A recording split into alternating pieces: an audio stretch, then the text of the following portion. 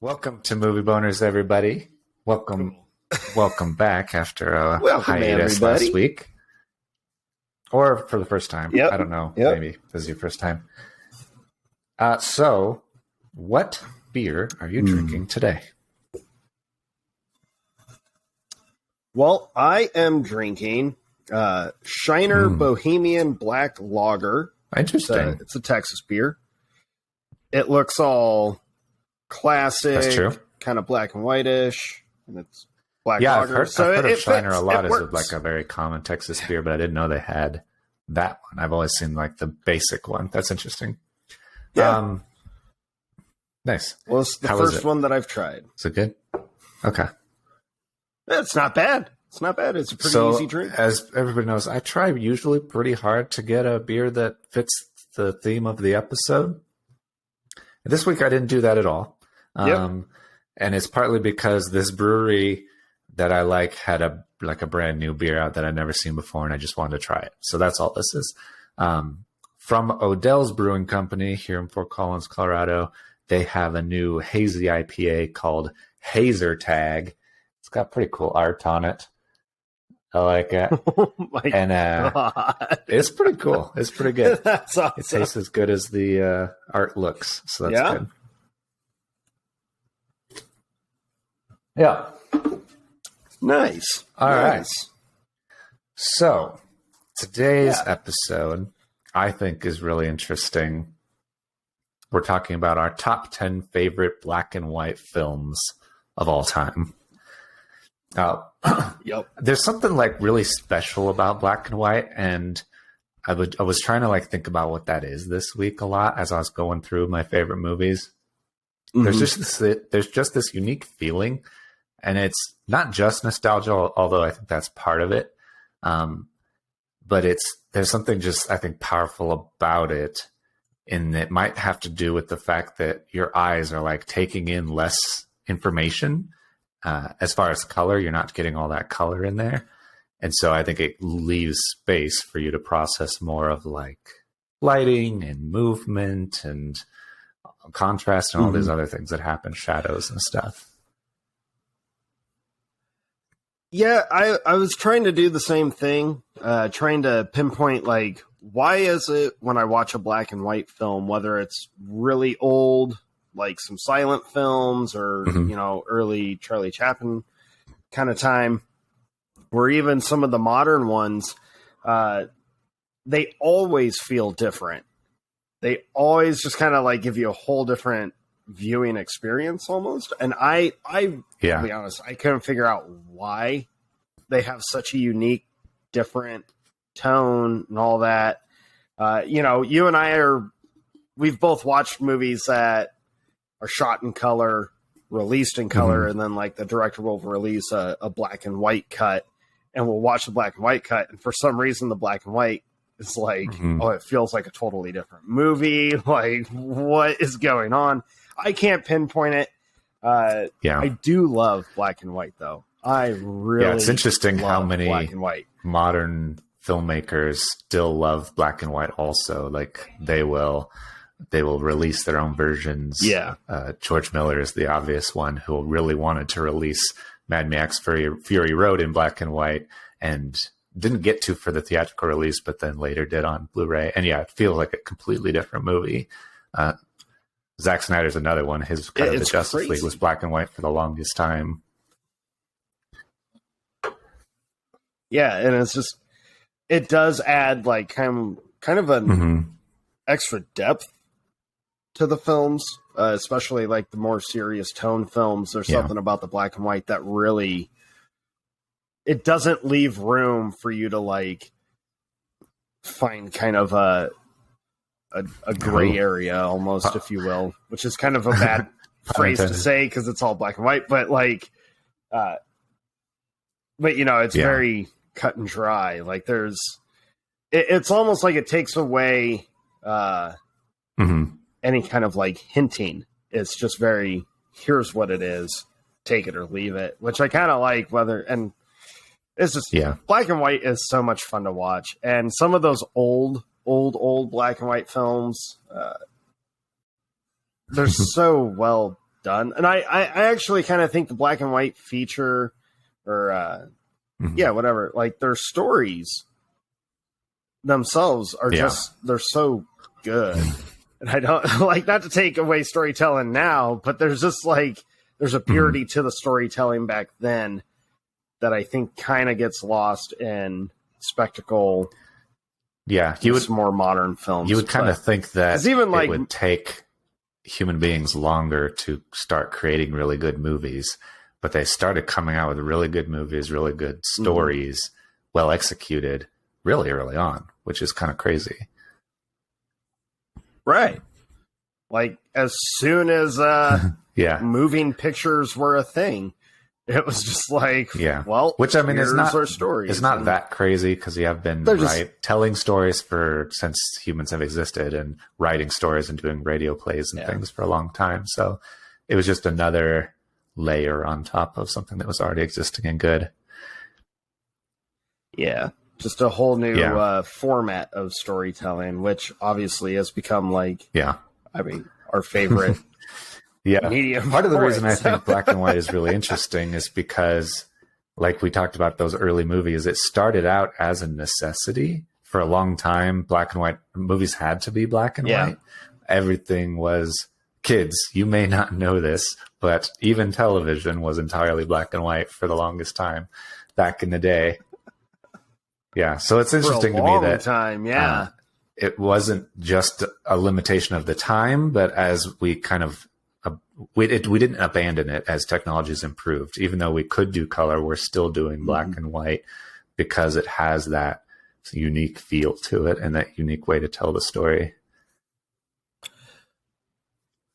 You know, you and I talked kind of briefly earlier in the week kind of about black and white stuff. And to me, like, I find a lot of the more modern black and white films to almost be a nod to like the beginnings. You know, I'm a sucker for throwback. I'm a sucker for nostalgia and all that. And I think when current filmmakers throw in black and white films or sequences, it gives you that feeling almost like a respect to how far filmmaking's come, and like, hey, we always got to remember where it comes from, which is why I'm such like a big fan of the black and white films. I think, and I said this to you, and I've been trying to figure out how do I say it without coming across douchey or pretentious. I don't think I can avoid that. I don't mean it in that way by any sense, but I do feel as movie fans, you owe it to the films that you love to watch a lot of those early silent black and white, or not even just silent, but just like those old classics. You owe it to the films you love now, because let's be honest, those movies are what kicked everything off for us. So we wouldn't have a lot of what we have now if it wasn't for those early filmmakers. So I always get kind of a sense of like, I owe it to my favorite filmmakers, or I owe it to my favorite films to kind of always remember where they come from. I kind of did that this week as well, where, well, I have some of those old movies on my top 10 list, which we'll get to in a minute. But I also was looking at kind of just what is the historical context of all this stuff. I didn't know what the first feature-length black and white movie was, or the first feature-length black and white movie, or first feature-length movie at all in general. Right, because back then it wasn't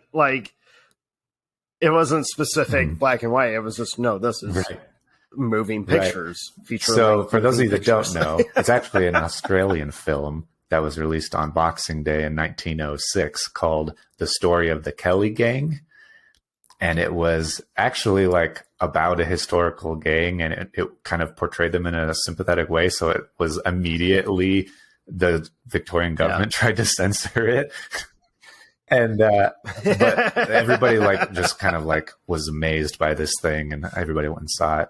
Apparently there's a 2019, which is basically a remake of it, called The True History of the Kelly Gang, which is kind of crazy to remake it that long ago. Oh yeah, I did hear about that movie. I was looking at, okay, so what was the first color movie? Because everybody's always, I think, assumed that, or I heard that Wizard of Oz was, but it's not. 22 years before Wizard of Oz came out, there was a movie in 1917 called The Gulf Between, which was created in Technicolor. Like Technicolor was a company that developed it, and they had like this really weird process where you had to have two different projectors, and one had like a green filter and one had a red filter, and they projected like the same image.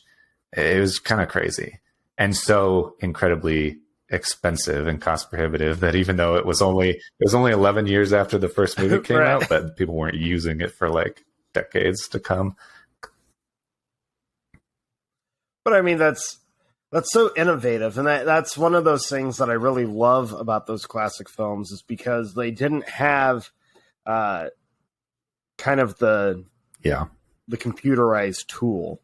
Everything was like, if you wanted to achieve a special effect, you had to actually figure out how to do it. There was no, we'll just do it in post, we'll just CGI that moment. It was very much like, well, we want to show a satellite crash into the moon's face. Well, how are we going to do that? Like, you're going to build a miniature and you're actually going to have to crash something into the face and then editing. But I love that. I love hearing how early on, even with film, especially with film, how early filmmakers were already trying to figure out how do we up the ante? You know, how do we continue to improve on what this art form is? And it's kind of, film's really just kind of been like this constantly evolving, yet always kind of being the same. It's kind of weird of like, it has maintained its integrity while trying to figure out new ways to do it. It's really God. And maintaining that old films integrity is so much fun. has always been kind of complicated. So one of the things that I learned when we were preparing for our last episode, the documentary episode, I didn't know this, but in the 1980s, there was this push by a bunch of filmmakers to take old black and white movies and colorize them. They were like, we have this technology, we can make these in color now. Let's convert them. And the incredibly ironic part is that George Lucas, of all people, came before Congress and gave this big speech about, no, we need to preserve these films. We shouldn't be changing them. We shouldn't be updating them, which is so ironic and incredible that he did that. But that was kind of the thing. Is like, do we change these or do we keep them what they were? And I think that led to like the how they have like the National Film Archive and stuff to just kind of preserve these films.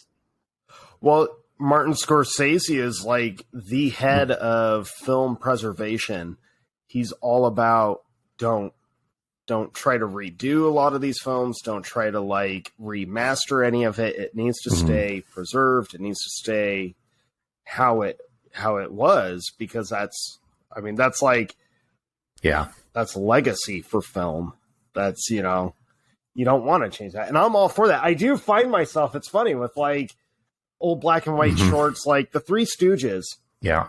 I grew up on the Stooges. Loved the Stooges. They're so fun.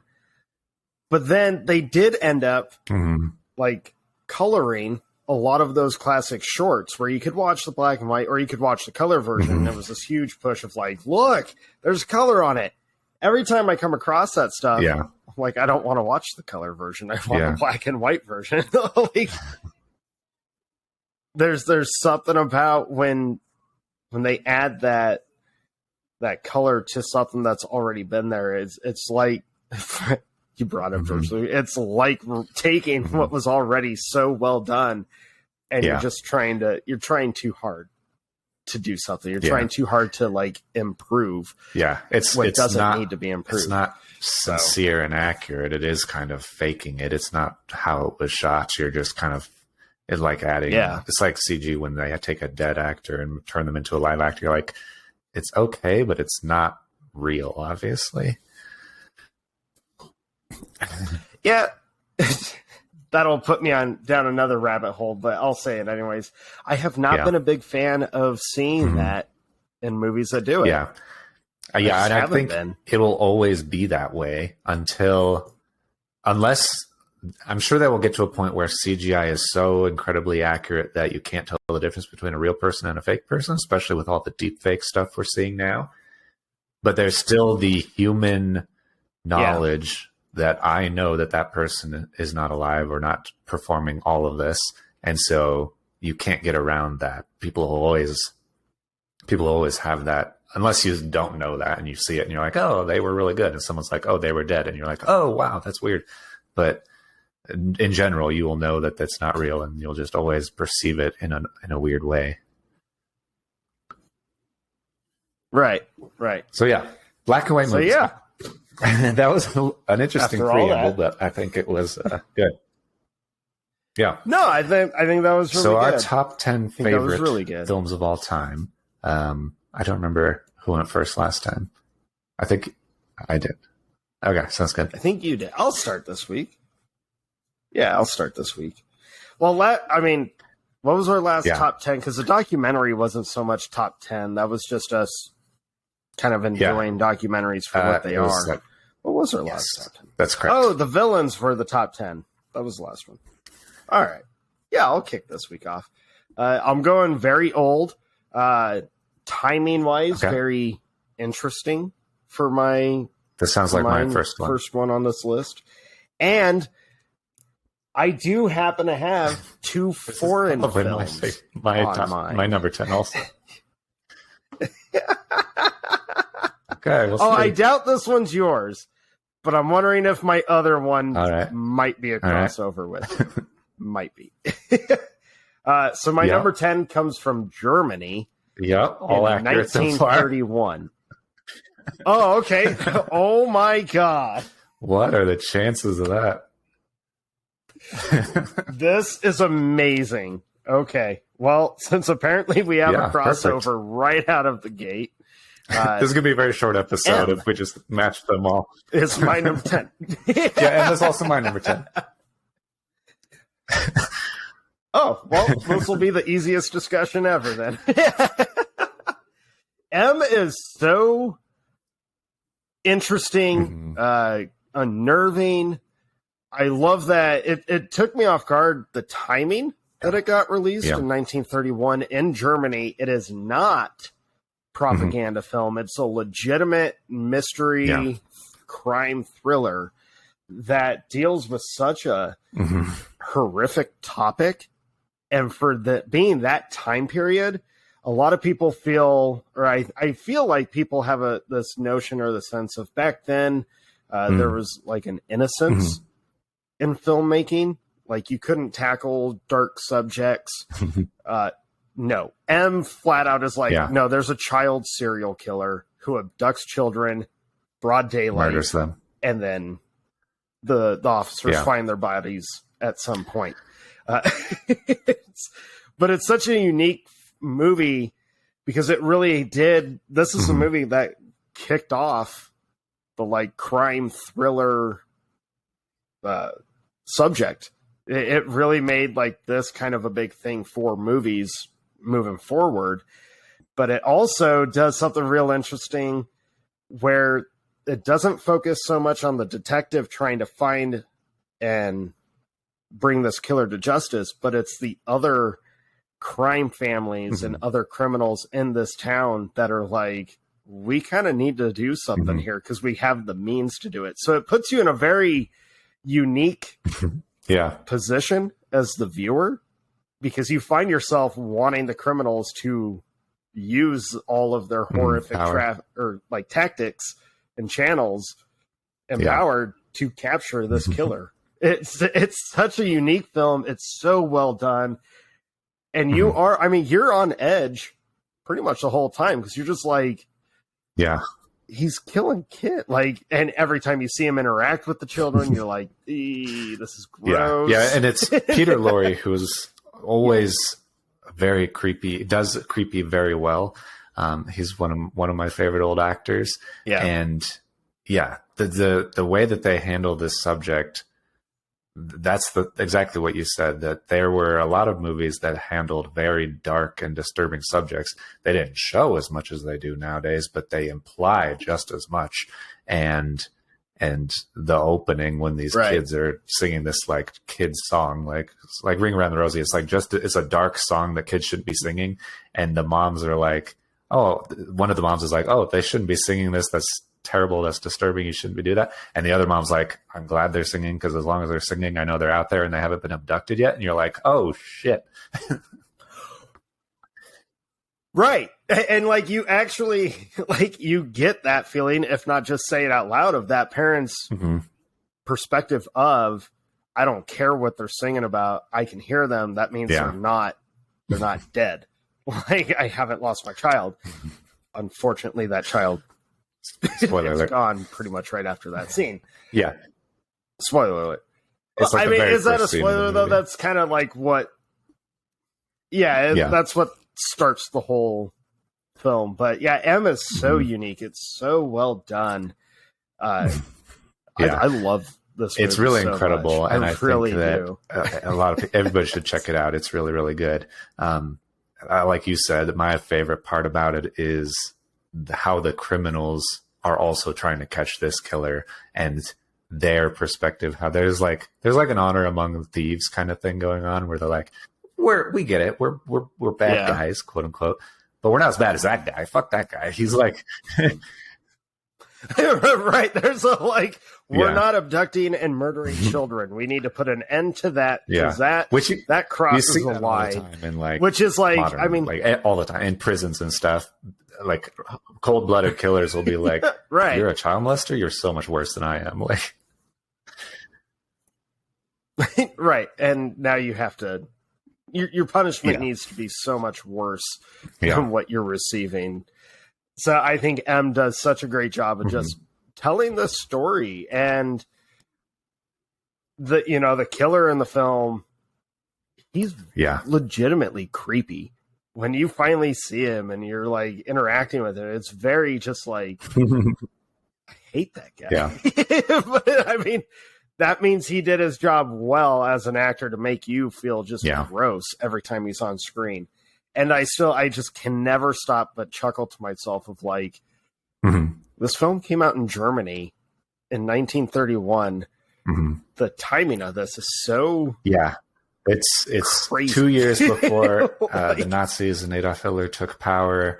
And the craziest thing about this movie, even if you don't watch it, which you should watch it, but you should also go to IMDb and read the trivia, because every single thing about it is amazing. You're like, no way is all of this true.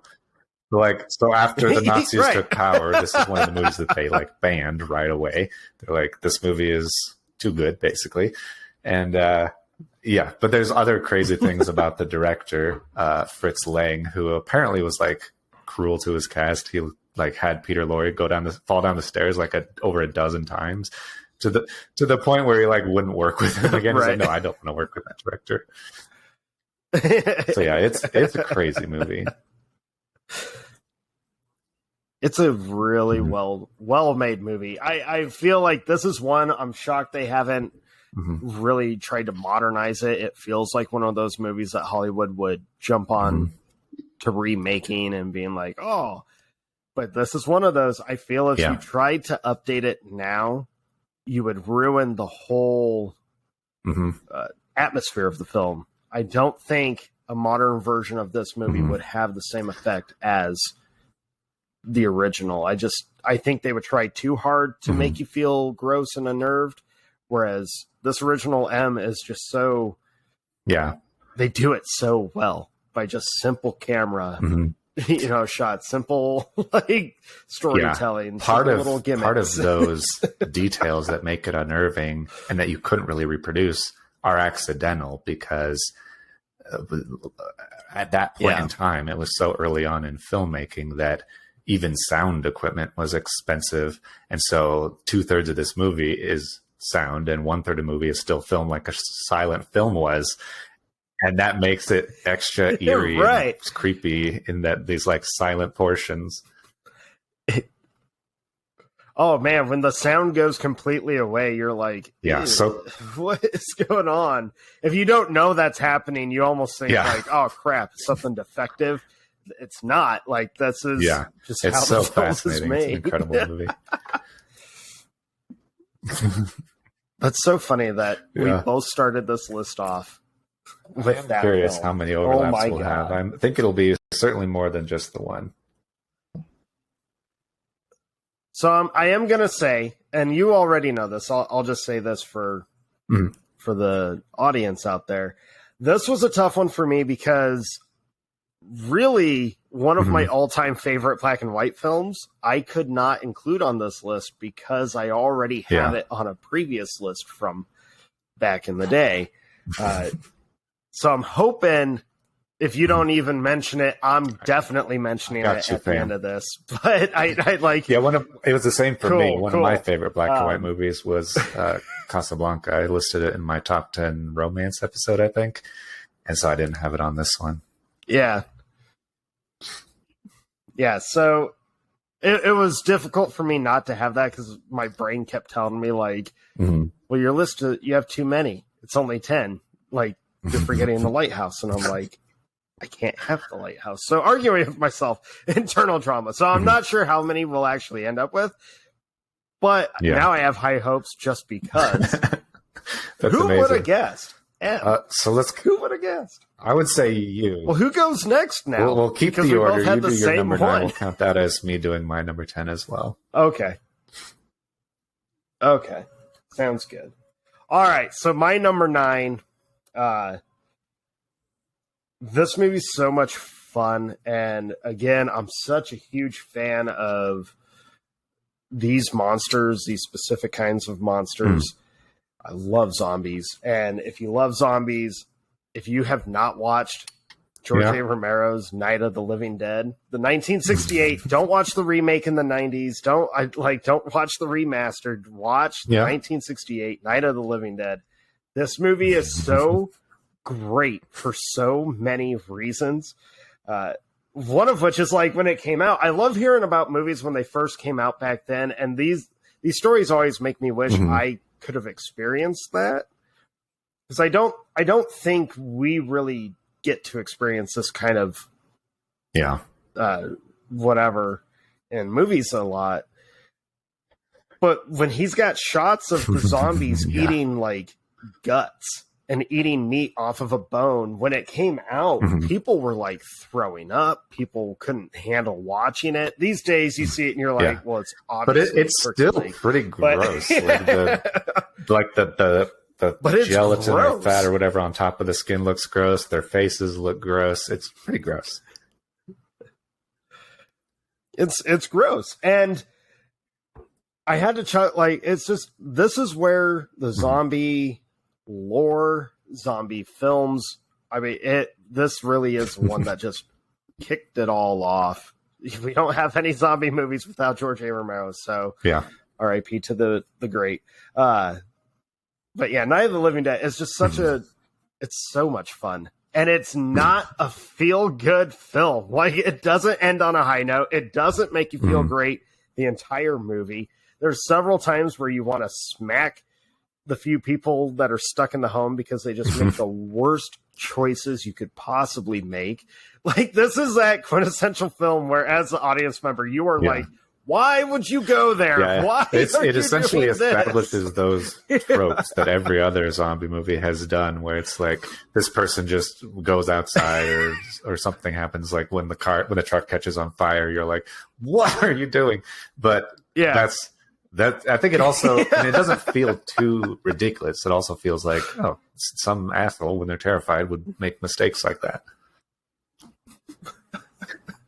Yeah, when you're not thinking clearly or under duress, you're probably not going to be like laser focused on what you need to do. But Night of the Living Dead, this is just, as a horror fan, as a zombie fan, you cannot pass this film up. It's just too much fun. Yeah, it's really good. Fun. So my number 8, I've been a fan of these monsters for a really long time, and especially seeing them in black and white, it's really good. And especially being filmed by George A. Romero, I think it's a really good movie. So my number 8 is Night of the Living Dead. I mean, number 9. Wait, you're number 8 or you're number 9? Number 9. I scrolled up because I was like, oh, we're done with that. It's definitely a I first. think this is a first. It took a while, but yeah, this is just going to be the same lists over and over. Oh my god!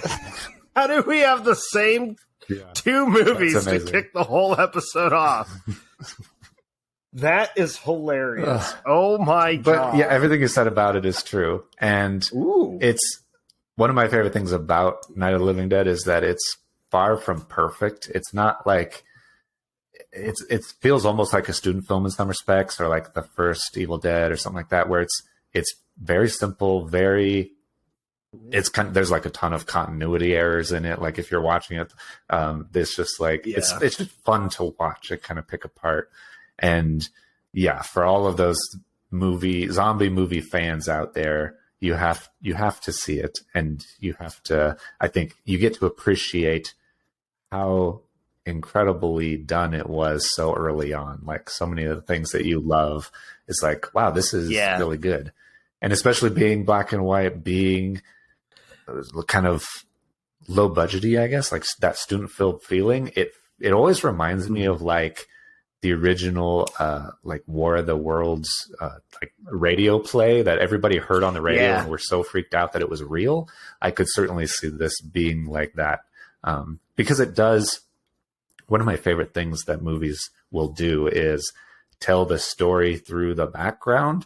And so as all these people are in this house, you get most of the story and context through like the radio that's on or the TV that they're turning into, like, and it was funny for me watching it to nowadays, because they're like, okay, the news finished. We need to wait until 9 p.m. for the news to come on again. It's like, yeah, you didn't have 24-hour news. We only had like 30 minutes of news at 9 o'clock, and that's about it for the rest of the day. Right. The age of non 24/7 news, non sensationalized news. It was just basic, like, here's what's happening. It's literally like just the facts. It's like, okay, we think this is going on. We think that these monsters are happening because of this. We think you can do this to like solve it if you like are running into this problem. And I also love how like small it feels. Like it's mostly just about these people in the house, and then the few shots you see of the rest of the world, it's not like this event isn't happening there. It's isolated, and so everybody else in the rest of the world is living their lives. They're just kind of hearing about it through the news and stuff. Yeah, it's I like that it's an isolated event in this town, instead of being the giant global kind of usual undertaking of a zombie because of how fast it spreads. I also like the patience of this film, of how long it does take. You know, there is a character who has been bitten that, as a fan of zombies these days, you know the rules. You get bit or scratched, you're going to turn. You got to be, your head has to be blown off. Like, shoot them in the head, hit them in the head really hard, you know, decapitate, anything. Never aim for the body. That does nothing. So watching a movie where they're like shooting them in the chest, you're like, no, the head. I tried to like take myself out of my current knowledge and just watch the movie for what it is, because there's a lot of times like that where they're like, he shoots the guy and you see the bullet go through him, and then he's like staggers, and then he like continues walking. And I'm like, okay, if I didn't know all the rules about zombies and I wasn't a massive fan of zombies, and I was seeing this for the first time, that would be terrifying, that this person who should be stopped is not being stopped. And that's crazy. And then, there's a lot of things like that where they start kind of trickling out the rules for the very first time, of like, the radio comes on. They're like, oh, we do think that if you destroy the brain or whatever, then, or like burn them, then they can be killed. And they're like, oh, that's great to know. Yeah. I also really like when movies, not just like these classics, but movies in general, don't give you an actual beginning where you're just kind of dropped right into the middle of a story and shit hits the fan. I'm a big fan of that. This movie does a great job of that, where it starts off with them visiting a grave. They're talking about, like, we've been on the road for so long just to put fresh flowers on this gravesite. And then all of a sudden, this crazed old man who's like recently deceased. He's not rotted, which was another cool thing about the zombies in this movie is they're not really rotted and gross looking. They're just pale and obviously dead. But one thing I did notice on this viewing, George A. Romero's first zombies are not as slow as we've all kind of thought them to be. They're still the slow version, the slow staggering type, but that first zombie they encounter, it kind of gets a little like pep in his step, coming after it's him. True. He's definitely he's not taking his time in order to get that girl. Yeah, it's funny how it starts because it's kind of like a joke. The one guy's like joking with that girl. He's like, "Oh, that guy is gonna get us. We better get out of here." She's like, "Knock it off." And then he does, like what you never would expect that this guy's going to try to attack you. So it's pretty funny. I love this movie. And then he does. Yeah, it does a lot of cool things that just as storytelling, as someone who's a big fan of like, if I write short stories and stuff, I tend to go this route with this direction. Night of the Living Dead has all those moments, and I found myself wondering, like, could this be one of those movies that actually influenced how I prefer writing to be done? Especially in like a horror film where it's not so much trying to leave you with an actual resolution. I kind of like that. But Night of the Living Dead is I think it's great. It's great in all respects, not in the story and the way it ends, but also the dynamic of these random strangers thrown together. That's been done a bunch of times, but I think this version of that is A, influential because it was one of the first times it was done, and B, just done well. I think it's really cool. Yeah. That's so funny that our 10 and 9s are the exact same. Well, I know my number 8 is not a crossover on this list because you've already mentioned this movie. So breaking the chain, covered, bro. Number 8 is regarded as like America's iconic, most beloved film. There's no denying it's truly one of the best stories ever written, one of the best made movies ever. So Casablanca had to hit my list. It's at number 8. Made in 1942. It's just so amazing, well done. The characters in this movie, like the dialogue is really cool. The whole situation is I love the whole situation in this movie of just trying to buy like your visas to get out of this country. Of how do we do this? We can't do it like a normal way, so we have to go through these back channels. We have to go through these clubs and these powerful men. Yeah, and there's not many movies that talk about Nazi occupied Africa, which was a big campaign or a big part of the war for sure, but also then do it from the perspective of all the civilians and the people that live there and all that stuff. It's not like a war movie, quote unquote, like Patton or whatever. It's like, right. No, I mean, the Nazis are there. You hate all of the Nazis because you're supposed to. Standard. They're Nazis.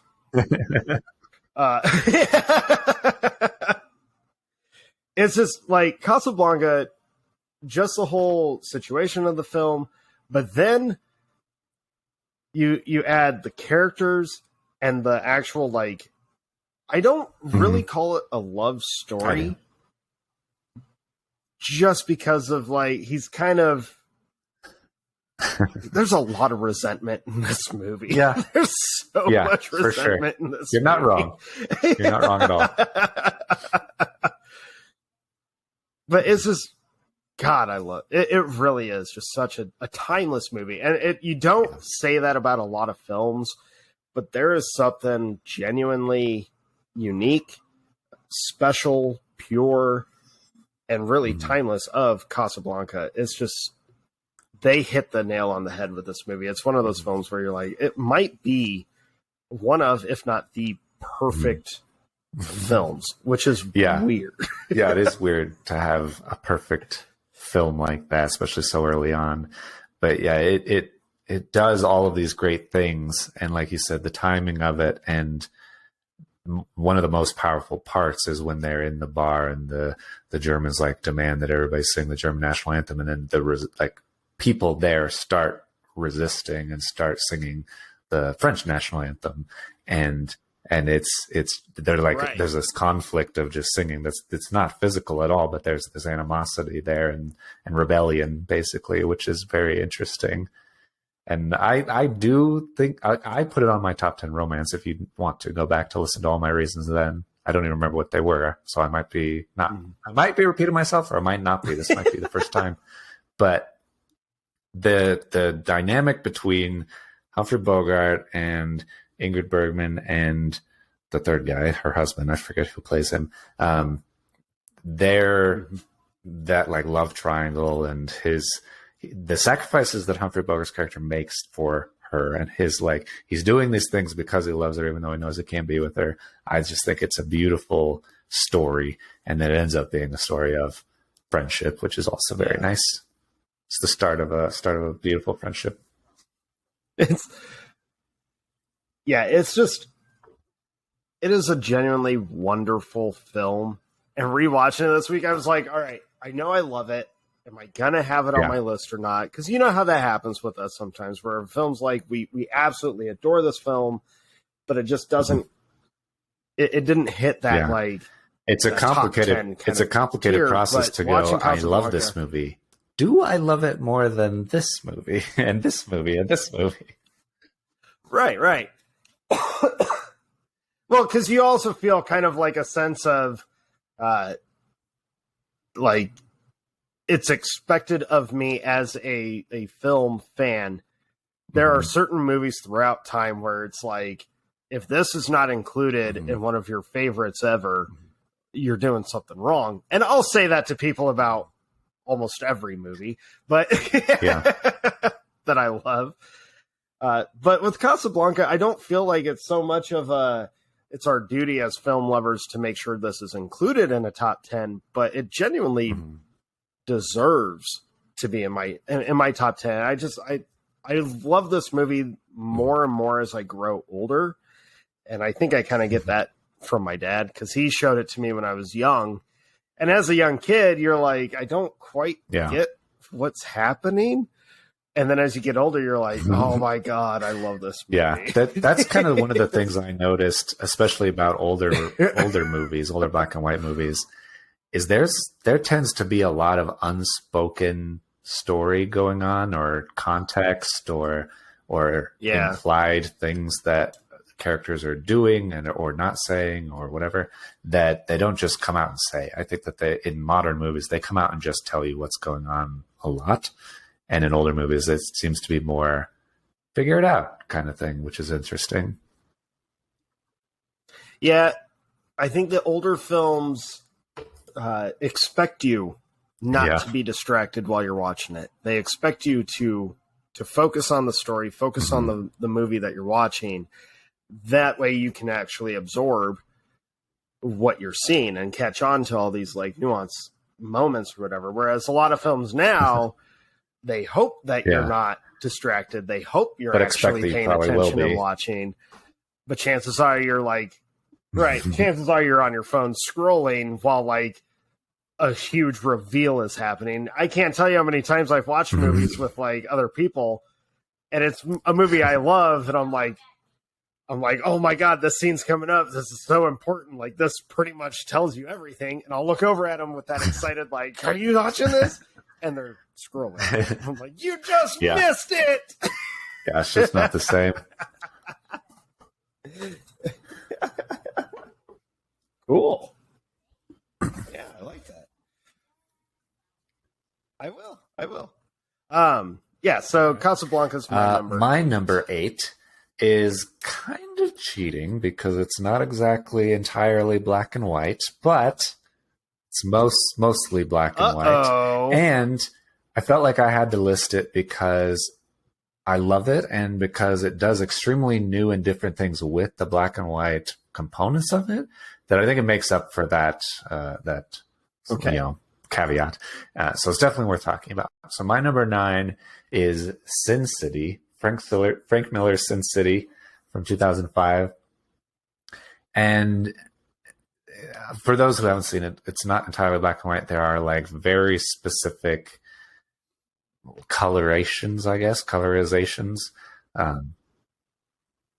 Yeah, they're like little color splats. Yeah, so but most of the movie's in black and white. I think that it's interesting because Frank Miller, who directed it, didn't make the creative decision to make the movie in black and white necessarily, because he was the one who wrote the graphic novels, who were also in black and white. So by the time he came to make the movie, he's like, well, this is already what it is. So it has to be that at that point. And so from the perspective of adapting those graphic novels, that's part of the reason I love it. I think it's one of the best comic to movie adaptations ever. It does the black and white thing in such a different way. That's one of the reasons I want to include it, because it's so artificial. Like there's so much green screen in this movie, and so much of what is done in the filming of it is it's done in a way that's not like any of the other black and white movies on the list, which is like black and white film or digital converted, like in black and white mode or whatever.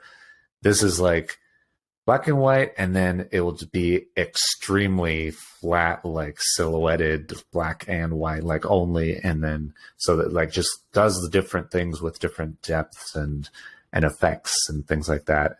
And like the driving and everything that's done is just visual effects are insane in this movie. It's the kind of movie that I wouldn't expect to hold up, but it's held up for 16 years so far. I think it will continue to, just because it's so different from anything that's ever been done before. Well, it's or since. Yeah. I think what makes it stand out so much is it does feel, it feels like a motion comic book that just happens to have live action in it. All the backgrounds, it's so obviously green screen. It's so obviously fake. But you love it because it's like every time the scene changes, every time there's a transition, it feels like you are turning that page of a comic book, and you're just getting the full comic book immersion. Really? I don't have this on my list. I was curious if you would or not. Really? I genuinely love the film. I really do. It's a cool movie, but it just didn't quite make it. I was going to make it an honorable mention because it definitely, in terms of black and white films, it definitely deserves to be talked about. And I did have a feeling you were going to have it anyway, so I was like, well, we'll talk about that's fair. Yeah, it's kind of, it's crazy. I always forget how many different actors are in this cast. Like the cast alone, it's incredible. Dude, and there's so many people that pop up that I forget about, or especially the ones who are deceased now. It's kind of crazy. But yeah, the cast is huge. The story is incredible. I love the story. I love the style. I love that noir feel. And I love every single character in their very own specific adventure. And it's also very tragic. And I love this movie so much that I have a couple different versions of it. So there's the original, like theatrical version, which kind of splices up everybody's story. But then there's another version. I don't even know if it's official. It might be a fan edit, but I have another version that is, don't go after them. Whoever produced this movie, don't make them take it down. But it basically compiles every character into their own chapter. And so instead of being split up, it's all combined into like, here is all of Bruce Willis's character stuff. And then here is all of Mickey Rourke's character stuff. And that's more like the actual, Sin City books, like graphic novels. They want it to be more like books in that sense, which is interesting. And I really like the sequel. I think the A Dame to Kill For sequel is more of the same. If you like the original, you'll like the other one. It's really, really good, really interesting. Oh, yeah. I never saw the sequel, but That first Sin City, man, I remember when it came out, that was like the movie. Everyone was obsessed with going and watching Sin City.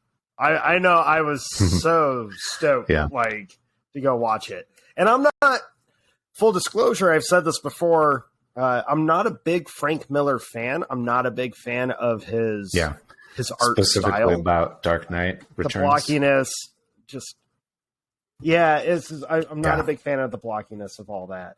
But Sin City is just, it's a cool noir, gross story. I will say one of my favorite thing to this day about that movie will always be Elijah Wood in that movie, because he's so unexpected and so disgusting that it was such a great kind of departure from like the Frodo days. You know, it was almost like Lord of the Rings was coming to a close and Elijah Wood was immediately like, everyone thinks I'm like this cute little heroic hobbit. Now I'm going to play a cannibalistic murderer. The most disgusting creature ever. It's so good, and the visuals are incredible. Just from a black and white perspective, my favorite detail is like the blood stains when someone gets shot. The blood is all white on their clothes, and so their clothes is always black, their blood is white, and so it just pops in such an interesting way. It's really cool. Really cool movie. Really well done movie. Robert Rodriguez is the one that they had 3 directors for that movie. It was him and Frank Miller, and then I think Quentin Tarantino did some guest directing on it, if I remember right. Which is fitting. Quentin Tarantino and Robert Rodriguez. Like the dynamic duo for sure. They're a good match. Good pick, sir. Good pick. So my number 7 is not a film for the faint of heart. I do feel, in terms of historical movies, this is one I think should be required viewing. Pretty much, I saw it when I was really young because my dad was very much like, this is history. It's probably one of the most accurate tellings of history, or this moment in history, even with some liberties taken, but it's so realistic and it's so unapologetic and non-sensationalized that I think that's where the importance for it comes through, because you really get a sense of the scope of despair and just horrible tragedies that were happening. But even in that darkest, most horrific time of our species time, in the last 50 years or so, there can be some good mixed in all that darkness. You just got to kind of sift through it. But my number 7 is probably the only one that I really have nothing fun to say about. But so Schindler's List is my number 7. It would be higher, but it's not a movie that I go to watch. I've actually only seen Schindler's List. This was the 3rd time I've ever seen it, because it's not a movie that I go to be like, gee, I'm like, what am I going to watch today? It's I just think it's such an important story where this man who was a part of the Nazi Party kind of ended up he wasn't for the genocide of Jews, but he was very much for profiting off of them. So he was still he committed war crimes. He profited off of slave labor. But what's crazy is he's viewed by Jews and in Israel and stuff as I forget the word that they had for him, but I mean, they revere him. Yeah, because he was able to save, what was it, 1,000 Jews or something like that from the camps, even being able to save a handful of women from Auschwitz. So it's it's such an incredible movie. It's so everything about this movie of how Steven Spielberg filmed it. You know, he chose the black and white to film it in black and white, not because he wanted to be kind of artsy about it or have it in that time, but he flat out said, like, have you ever seen any World War II footage that's color? No, it's all black and white. It's supposed to, he wanted the film to make you kind of revert back to seeing those photos and those old the newsreels, film reels. You know, it's such a powerful movie. It's so moving in every possible way. It's so important. Like, it's one that I've been telling my daughter, like, kind of warning her, you're going to watch this movie pretty soon. One of these days, you need to understand, like, this stuff happened. These people suffered this, and this movie does a great job of kind of keep it not as a, like, I'm kind of losing the words, but it doesn't do it for it's not sensationalized. Its own sake. It's just a nice reminder. Yeah, it's just a good reminder of, don't forget the tragedy, but kind of celebrate where we've been able to come from that tragedy. Celebrate that we haven't repeated this tragedy, you know. So I feel Schindler's List, I knew it was going to be on my top 10 because it's so well done. It's so good. But it was a tough one. It was like one of the first ones I watched because I was like, we just got to get it out of the way. Just got to watch it, get it out of the way. It's definitely on my list of, like, I've only watched once or twice, or in this case, 3 times, which I never planned on watching it a third time, full disclosure, until I watched it with my kid. But now I get to look forward to watching it a 4th time. Woo. But I just feel the importance of this movie sets it apart from so many others, because it wasn't done in terms of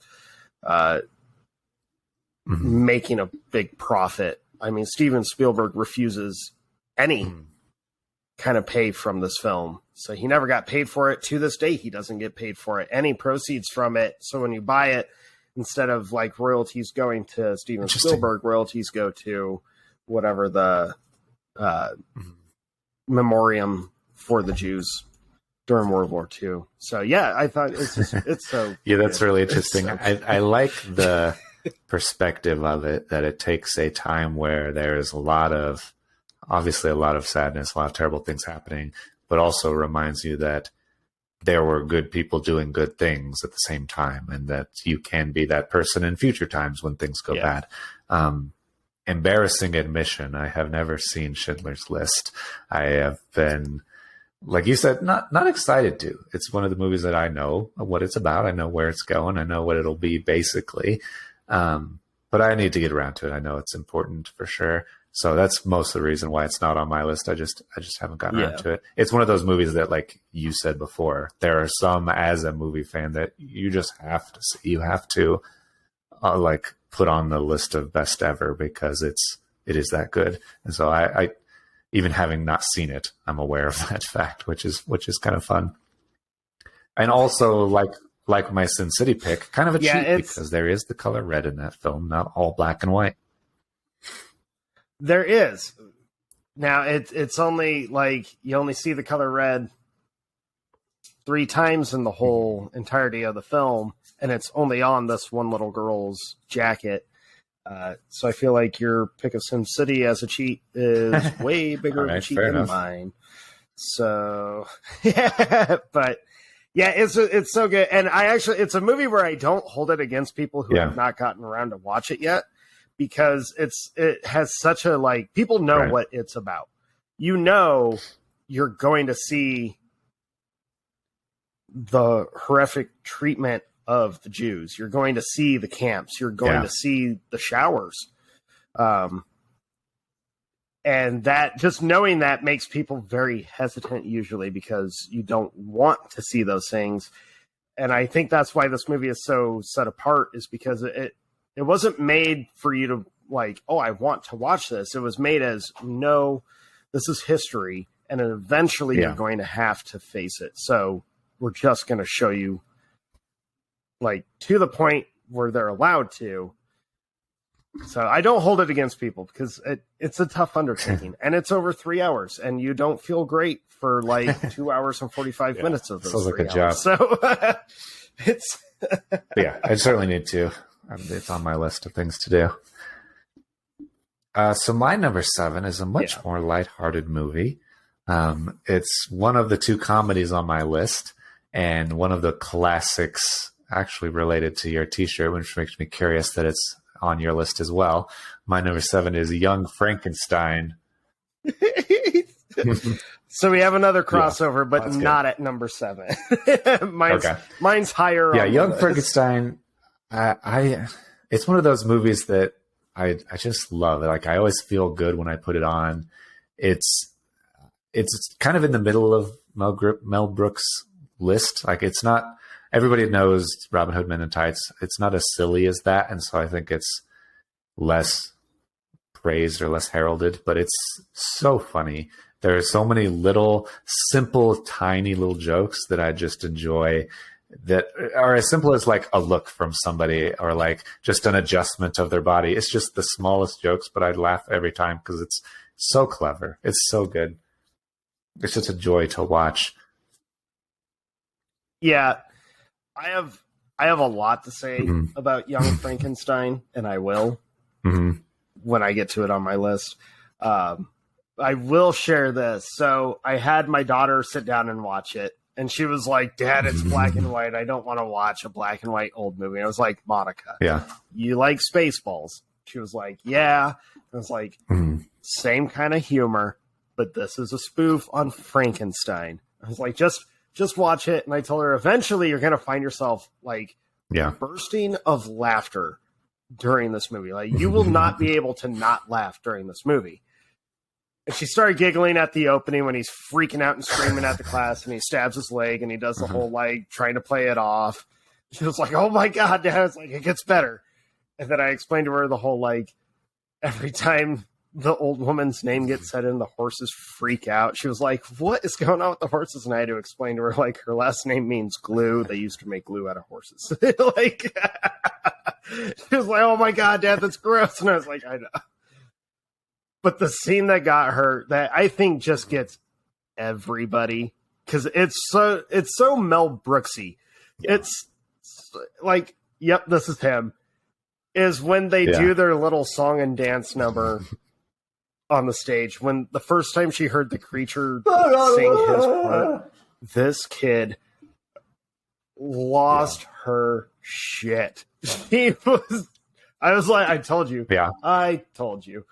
So she, like, we'll talk more of the brilliance, or if you have more. I love how that scene escalates, because it starts out so simple as this doctor who's trying to show all of these people this animated creature, and is supposed to come out and do the most simple thing, and then just progresses into this full-blown song and dance number of putting on the Ritz. It's just the best. It's so good. Yeah. When we were making this list, my daughter even told me, because I told her, like, we're having a black and white list, and she flat out told me, like, "You're going to have Young Frankenstein, right?" It's like, it will be on the list. Don't worry. Yeah. So everything about it's so good. Just being a satire of Frankenstein, and I love Peter Boyle as Frankenstein's monster, who just everything about the way that it's handled is relatively sincere, but then just undercutting all those like little tiny jokes. Mel Brooks is so good about those little tiny jokes. And so, yeah, I love it. Young Frankenstein. It's so fun. Hold on. I got to send us a quick text. We have real life stuff going on at the same time as recording, but not important real life story. Just a young kid with a cell phone. Real happen, life crap. All right. Nice push. Okay. So this is where my list gets tricky for me, because what I have at number 6, I actually think I love more. Ooh. So I'm going to switch live Audible mine right now, because the more that I think of the film when I watched this one a couple times this week because it's so freaking enjoyable. It's just so great and campy, but it wasn't meant to be campy. That's what makes it so good. I'm switching mine right now because I just wouldn't feel right if I didn't. So Audible, my new number 6, is one of the, like, you and I have talked about it before and this gives it away. I'm just going to say it. So my number 6 is Clerks. If you've listened or watched our Kevin Smith special, you know how big of a fan I am of this first movie. I know you really enjoyed it way more than I thought you were going to, just because it's so dialogue driven. There's nothing special of this movie except it is an hour and a half of just pure gross dialogue that just feels like dialogue that like immature friends would just have with each other, trying to mess each other up or just killing time, whatever. But Clerks is just so funny.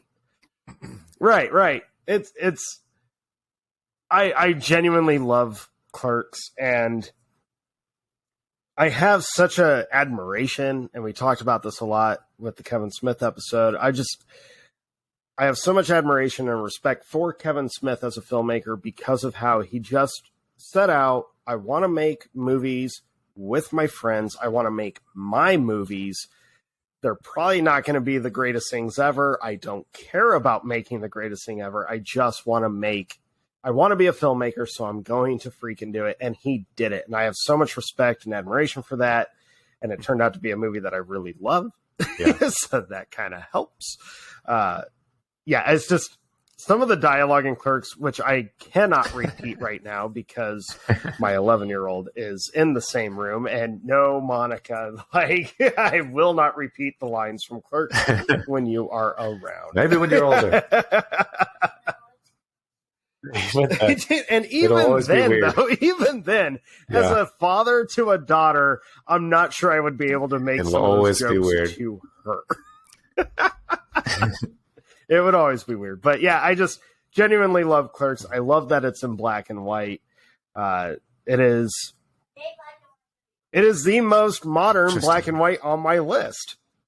Only because I wasn't allowed to have the lighthouse. But that's actually really funny. One of the things I noticed about my list, not to take over your segment, but you reminded me of something I meant to say at the beginning, which is I have black and white movies that represent at least one from every decade between the 2010s all the way back to the 1930s. So 30s, 40s, 50s, 60s, 70s, 80s, 90s. 2000s and 10s. I have a movie from every decade, which is kind of a weird thing to me, I think. Oh, cool. I feel like you and I, for the most part, have always done a pretty good job of having films from like major decades in filmmaking, if not, well, obviously not all of them. Because our lists are only 10. Yeah, there's a lot of different things that goes into making a list. It's like, okay, I need one from the certain specific eras that were influential. I need certain ones from the specific genres. So I need a Western. I need a crime story. I need a gangster movie. I need like all these things. So it's like, it's a lot of things to try to balance. But yeah, Clerks, getting back to Clerks. I talked about it a lot in the Kevin Smith movie episode because it was the first time I'd seen it. It's one of those ones that I had always heard about and hadn't gotten around to, so I was forced to when we did that episode, and was glad I did because it was very enjoyable and very fun, and especially as like his first movie and getting into movies and just starting doing it. I thought I was very impressed by what he created, which was cool. Yeah, it's just excuse me. It was a movie. One of my cousins saw it and was just like, you have to watch this. I was like going into high school and he was just, you got to watch Clerks. It's going to be so different and so funny for you than like the kind of comedy you're used to watching. and he was correct on all all checkpoints. It's always stuck with me. It's so fun, unless you're easily offended, in which case, don't watch it. Then it's not so fun. Then it's not a fun movie for you. But, okay. So that's my number 6. My number 6 is very similar in the sense that it is another director's first movie, a director that we both love. My number 6 is The Following by Mr. Christopher Nolan. So this was another movie I don't have on my list because I already had it on my thriller list. Following it is so good. It's one of those movies that I like. So I think that a lot of people may have skipped or slept on, but it's kind of surprisingly good. And kind of like Clerks, being a first movie, you get to see a lot of who that director is, who Christopher Nolan is, what he likes, what he will do. There's a lot of really interesting, like if you're a fan of Christopher Nolan, his films and his writing, you have to check it out because there's a lot of little indicators of what his career will be. It tells a very interesting non-linear story, a lot like Memento. It's a thriller movie like Memento. The main character, one of the main characters is named Cobb, and he's a very different kind of thief. So it's a lot like Inception. One of my favorite like little Easter eggs, one of the characters on their front door, they have a Batman symbol just on the door. And so it's like, it's just, if you're like a fan of him at all, or you just are interested in interesting thriller movies, definitely check it out. It also, I like movies where you don't know all the actors in them. Like a lot of times when you watch a movie and it has a big name actor like Tom Cruise, you always like, oh, that's Tom Cruise. So I always like movies with unknown people in them. And that's another reason I think this one works so well, is because it's basically a story, could be like a documentary story of this guy, just some random British guy who has this weird experience. He starts following people around, meets this thief. They start thieving together and things just kind of go off the rails. And so it's just a really interesting movie in that sense. And the nonlinear aspect, I think, is it's not as polished, but I think that's a good thing. I think it's fun. The roughness, it feels, I guess, more real in some ways, and it rewards multiple viewings in that sense that you're like, oh, that quick spliced shot that I took as being at that time was actually way later, and it had to do with this thing. And so as you get later in the movie, if you're paying attention to remember the beginning, you're like, oh, this makes it tells you a really interesting story. So yeah, The Following is like, it's one of those movies that is short and precise, and a lot of people will miss or skip, but it's so good. It's so good. Yeah, I when I watched Following, it was shortly after I started realizing how big of a Nolan fan I actually was. You know, because I loved Insomnia. And then, obviously, Batman Begins came out, and I was like, man, I really like this guy. And Memento blew my freaking mind. And I was just like, okay, the same guy has made these movies that I've just become so like, holy crap, these are so well done. And then I found Following and was like, oh, it's like this older, well, not even that much older than Memento, actually. But it's black and white. It's very short. And it's such a weird premise. I've never heard of a movie based on someone who just like, for their own amusement, to kind of see the world or be a part of the world around them, follows random people. And I'm like, man, if you freaking try doing that these days, you'd probably get shot like, and quick. Except people pay attention a lot less than but you it's so think. Interesting. And then like, and the fact that like he does encounter this thief and kind of creates like an obsession with following this thief. And then the thief is like, I know you're following me. And you're like, okay. But it's so, I remember when I watched it, just like, when it ended, I just loved every second of it. It took me away from everything else, and it was so different. And yeah, it is funny watching that after having watched all of his films and loving all of his films and seeing those little like, oh man, you didn't even know you were gonna like the Bat Signal. You're like, you didn't realize, you didn't even think you'd ever make Batman. You never thought like, was Memento already in the works when you did this? Yeah. Was, obviously Inception wasn't a thing yet, but such a unique choice to have the same like character name for the same principal characteristic. It's like it's kind of like a self-referential homage, kind of. It's interesting. I feel, I think I said that, was it in my Thriller? I was gonna say, I didn't think you did. Or was Insomnia in my Thriller? No, what did I put following in? It was in a top 10 of mine. I just can't remember which list it was. Maybe. Crime. Was it Crime? Maybe. Anyways, veering. It's another movie, if you're a fan of Nolan and you haven't watched Following, absolutely remedy that, because Following is so well done.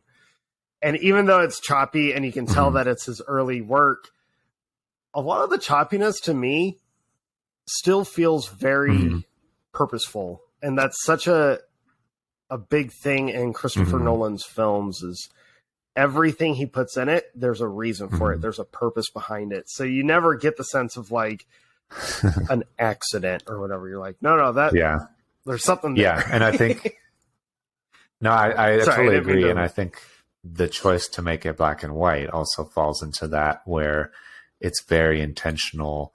Obviously, it came out later in the 90s when you can easily make color movies, but he still chose to make his first movie black and white. And it's like, it lends to the feel and the how the audience perceives it much more differently than if it was color, I think. Yeah. Oh Lord, she got her charger.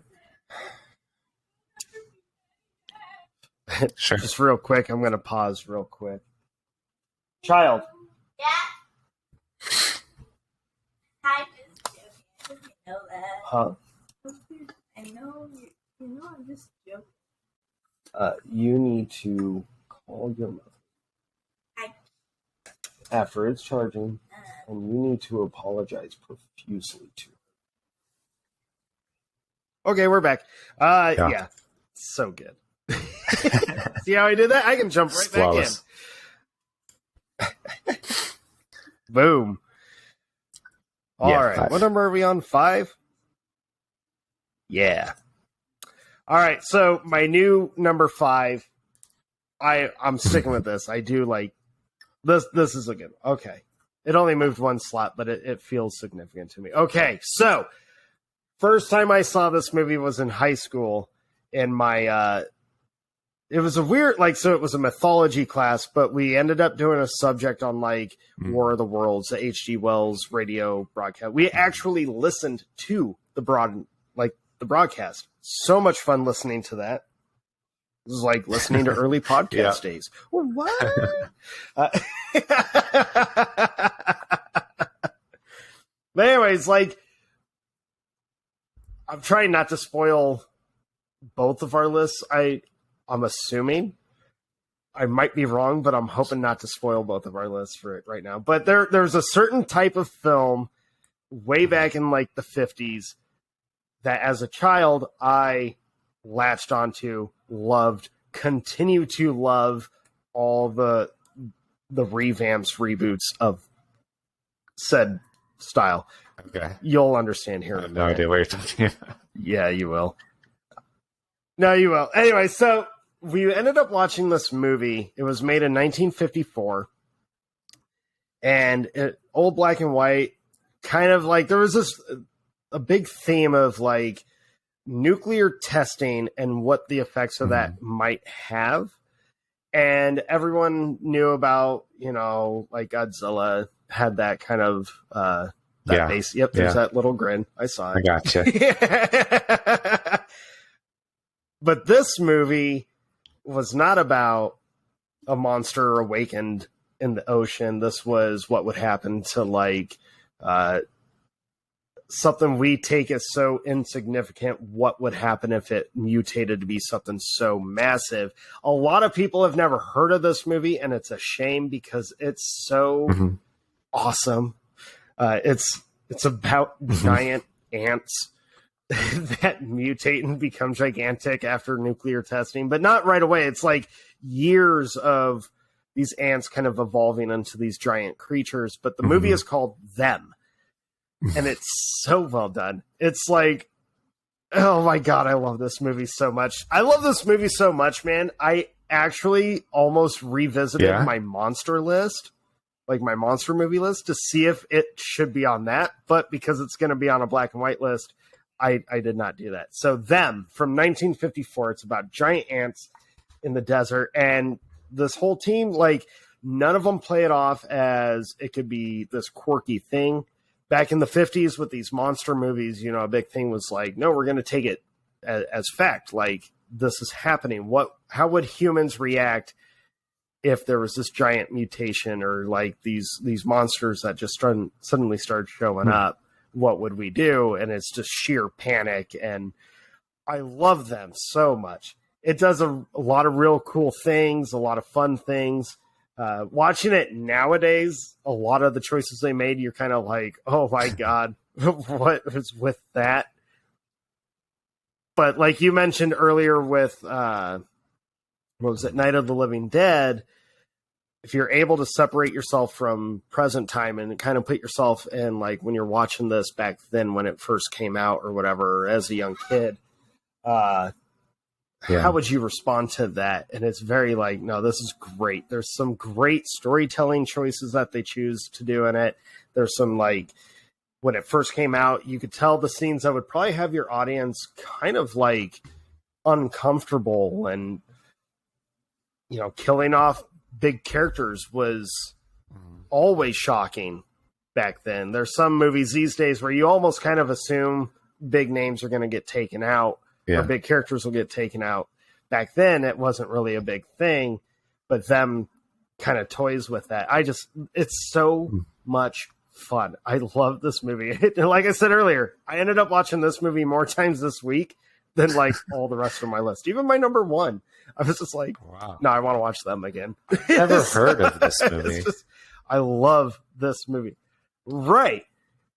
And I feel more people need to. I just remember when we watched it in high school, I was like the only kid in the whole class that was completely immersed in this movie. And then we left, and the rest of the class is like making fun of it for being so dated and all this. And I left the class just like, nope, that might be one of the coolest movies I've watched. And I've watched it so many times throughout the years. It's just so much fun. That sounds Love awesome. Them. So good. Yeah, check it out, dude. It's so good. And like the animatronics and the puppetry of the giant ants is so, like, they did a really good job for the day and age that it was. It's so good. Oh my God. Go watch it. Please go watch Them. You can watch it on Prime. You can rent it on Prime. That's the only platform it's actually streaming on right now. Or just, find it wherever. It's so good. That sounds awesome. I love those like old monster movies. It's so good. I know. And I think, honestly, dude, I think you would get a huge kick out of this one. I think you would genuinely just have so much fun watching this one. Because it just, there is one, so one of the officers who you meet right from the get-go, it's a young Brooks from Shawshank Redemption. Like, he's young. So it's crazy watching him young and like moving around really well. And being like, I only know him from Shawshank, where he's an old decrepit inmate who's like gets out and has possibly one of the saddest storylines ever. Yeah. But spoiler. So Them. I just clearly I hope it's conveying, like, knowing when we said we were doing the black and white list, I knew this was on it. I was just like, oh my God, I'm going to watch Them again. So I get genuinely excited about this movie. It's so goofy because it's such a cheese fest. Yeah, there are several of those that's part of why I love old black and white movies. I'm excited about them. I've loved them for so long. I feel so good watching them. And so that was a lot of the inspiration of this episode. Yeah. It was just like, let's just do that. That would be so fun. This is so much fun. Yeah, so check it out. I have check to. it out. I'll Please find watch it. them. My number 5 is, it was hard to choose between a couple of different Westerns, but I knew I had to have at least one of the two. Oh. And so, because there are a couple of great black and white Westerns, and this one, after watching both, I decided edged out the other one a little bit. So I had to put it on, and I put it on at my number 5 spot. So my number 5 is The Man Who Shot Liberty Valance, with Jimmy Stewart and John Wayne. And it's early days, Jimmy Stewart and John Wayne, like before The Shootist. So they teamed up again later on. But The Man Who Shot Liberty Valance is such an interesting movie. And it's kind of, my favorite thing about it is that it pits these two different guys who have completely different views of the world, and they kind of like try to influence each other, and they kind of become friends and influence each other, and they end up compromising, moving towards each other. So Jimmy Stewart is a lawyer who's just like traveling on a wagon, stagecoach, and gets robbed by this guy, this ne'er-do-well, terrible guy, Liberty Valance. And Jimmy Stewart plays really well, I think, this guy who's like, he's not weak, but he's because he's very strong of character, but he's physically not very intimidating. He's physically just kind of a normal guy. You know, he's a normal guy.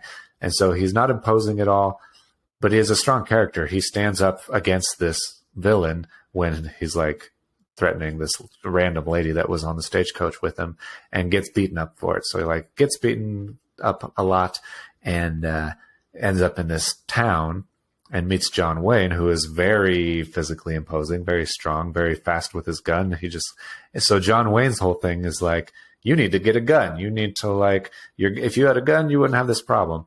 And Jimmy Stewart's whole thing is like, I'm a lawyer. I believe in like the law. I believe in like the political process. And I love this movie because it does such a good job of showing the value of both sides, that yes, Jimmy Stewart is generally right. It is important and good to have laws and politics and things that will benefit society and look out for the rest of society in general. But it also does an honest thing, which I think is especially valuable nowadays, which is to describe or to show accurately those pieces of paper won't really do anything against a person. Those pieces of paper require good people to do good things and to be actively good, to actually hold them up. And so that's mostly what the movie is about. And I think it does a good job of showing those both sides, where John Wayne starts moving a little bit more towards he supports Jimmy Stewart's like political and lawyer process, and Jimmy Stewart ends up getting a gun, and and John Wayne kind of like helps him learn to shoot and stuff. And so it's such a cool movie and a cool story about these two guys. And there's kind of like a love triangle that goes on. They both kind of love the same girl, and it's just a really, really cool black and white Western, and kind of a different style. It's not like normal cowboys and like stuff. It's like just about this town and their political problem. So I love it. I love The Man Who Shot Liberty Valance. It's really, really good. Now, I do have to ask, was that on your Western list? It was not. Okay. Because I remember we talked about it in the Western episode, but maybe that was just because we both had The Shootist on our list. Yeah. And you brought that movie up just because I believe I only had Stewart, and maybe that's what I'm thinking. I think but I was only like, had two wait a John minute. Wayne movies, and I think they were Rio Bravo and The Shootist. Pretty sure. Oh, okay. Yeah, and then we must have just talked about Liberty Valance just because of their team up. But yeah, no, it's a great movie. I don't have any Westerns on my list, but I figured you were going to end up covering that genre. because we both grew up. If you haven't listened to our Western episode, we both grew up watching Westerns, old black and whites, 70s, 80s, through all of it. Our dads just happened to raise us on kind of the same movies, but we very separate homes. Very interesting. Yeah, it's a really good movie. I would highly recommend people watch it. I haven't watched it for a while, but it was. There's always, you have this tendency to always bring up a movie that I'm like, now I want to watch that again. Yeah. It was really interesting watching it from a 2021 perspective. I feel like that kind of changed my perception of it. And that's what made it beat out High Noon, which I was also considering listing, because High Noon is a very interesting movie about a strong moral character guy who does what he feels like he has to, even though he doesn't want to. And so it was a toss-up between those two, and I went with this one because it just, especially these days, it just felt so interesting to me. Mm-hmm. Yeah, it's a really good pick, man. It's a really good pick. All right. Yeah. Number 4. Okay, we're diving into the monsters movies of the 50s again. This is my second and last foreign film, although it was re-edited and Americanized, but the original Japanese version is really the only version you need to worry about watching. My number 4 is Gojira, otherwise known as Godzilla. That original 1954, when Godzilla was just a monster. There was no heroics to him. There was no other monsters for him to fight. He was simply like this legend that popped up. I love this movie so freaking much. I love this original Godzilla so much. Now, I love the remakes or, the reboots that we've gotten in the last 5 years. I love the new ones. That Matthew Broderick one has some cool scenes in it, but let's face it, that movie sucks. But Godzilla's gone through so many reiterations and versions. It's crazy, but it'll always be so much fun for me and so awesome. That very first time we got to see Godzilla in that suit that they made for the actor, it's so funny watching the scales bounce around when he's walking. It's just silly, but I love the filmmaking of it. And I remember, like, when I was in elementary school, so this is a weird story, but it's all there. In the library, we had like these weird movie making books. They were just real short, real quick, just like little fun bullet point trivia, little facts of filmmaking. And they had all of like the Universal monster films, the Godzilla movies.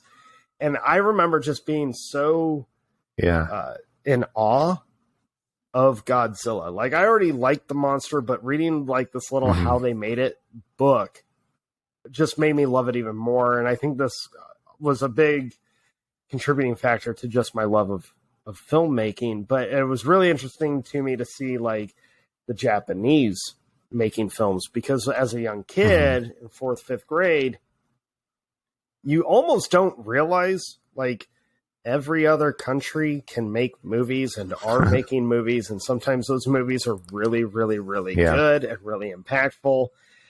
So this was kind of like kind of eye-opening to me, realizing that like foreign films are a thing and you should give foreign films a shot. But yeah, that original Godzilla, I just remember being like just blown away by all the little things that they made, how they made the suit, how they filmed the miniatures as Godzilla's crushing the city, how they did all the like the way they had to edit the scene when he's blowing his atomic breath, because they couldn't obviously do it like with him. It was a rubber suit. It's just, I love just seeing all that, and Godzilla has really been a huge contributing factor to my love of film and all that, and kind of my introduction to foreign movies, honestly. Which is funny, though, because the first one that I saw was the Americanized version, where they actually took Gojira and replaced one of the characters in the Japanese film with an American actor to try and sell it in America. And it worked. But I have both versions. I have both. I have the American version in 1954 and I have the Japanese version. And I watched that Japanese version more because it just feels it feels pure. It feels like this is a story that was told, whereas the American version is very like, well, how can we change it to profit in our market? And I kind of feel like that's telling. We have the opposite problem now where studios are compromising the film to appeal to the Chinese market. Right. But it's just, man, that original one, it's so good. And there's a lot of, it's a lot deeper of a story than I think people ever thought of Godzilla, because it does take place in 1954 and they do talk about a lot of the after effects of the atomic bomb. From Japan's perspective. How do you rebuild? Yeah. How do you rebuild? And they blatantly talk about like this monster who's always been around, but he was awakened because of like the nuclear testing and the actual bombing that occurred. How, like, oh shit. And then their whole country is devastated. Well, not the whole country, but like their whole beachside area is completely devastated by this monster. And so it's a very interesting film. It's a lot deeper. There's a lot of talk of kind of where does science need to draw the line on we create these like horrible machines that could have a positive impact, but ultimately would probably be devastating. How do we deal with that? There's a scientist in the movie who does have a device that could be horrific for the whole world, and he's trying to figure out, do I use this or not? It's such an interesting, awesome movie, and for a lover of monster flicks, I mean, Godzilla he really is the king of the monster. Right? He's so good. He's so awesome. And that original is so enjoyable. It always makes me feel like a little kid again, watching it again, reading that little How They Made It book. And just, I've been obsessed with Godzilla ever since. So Gojira, the Japanese version, is my number 4. Yeah, totally agreed. I think that it's one of the classics, and it doesn't earn that status without being unique and incredible, and it will hold up forever as a very unique story. Yeah, and it really does. It's just so much fun.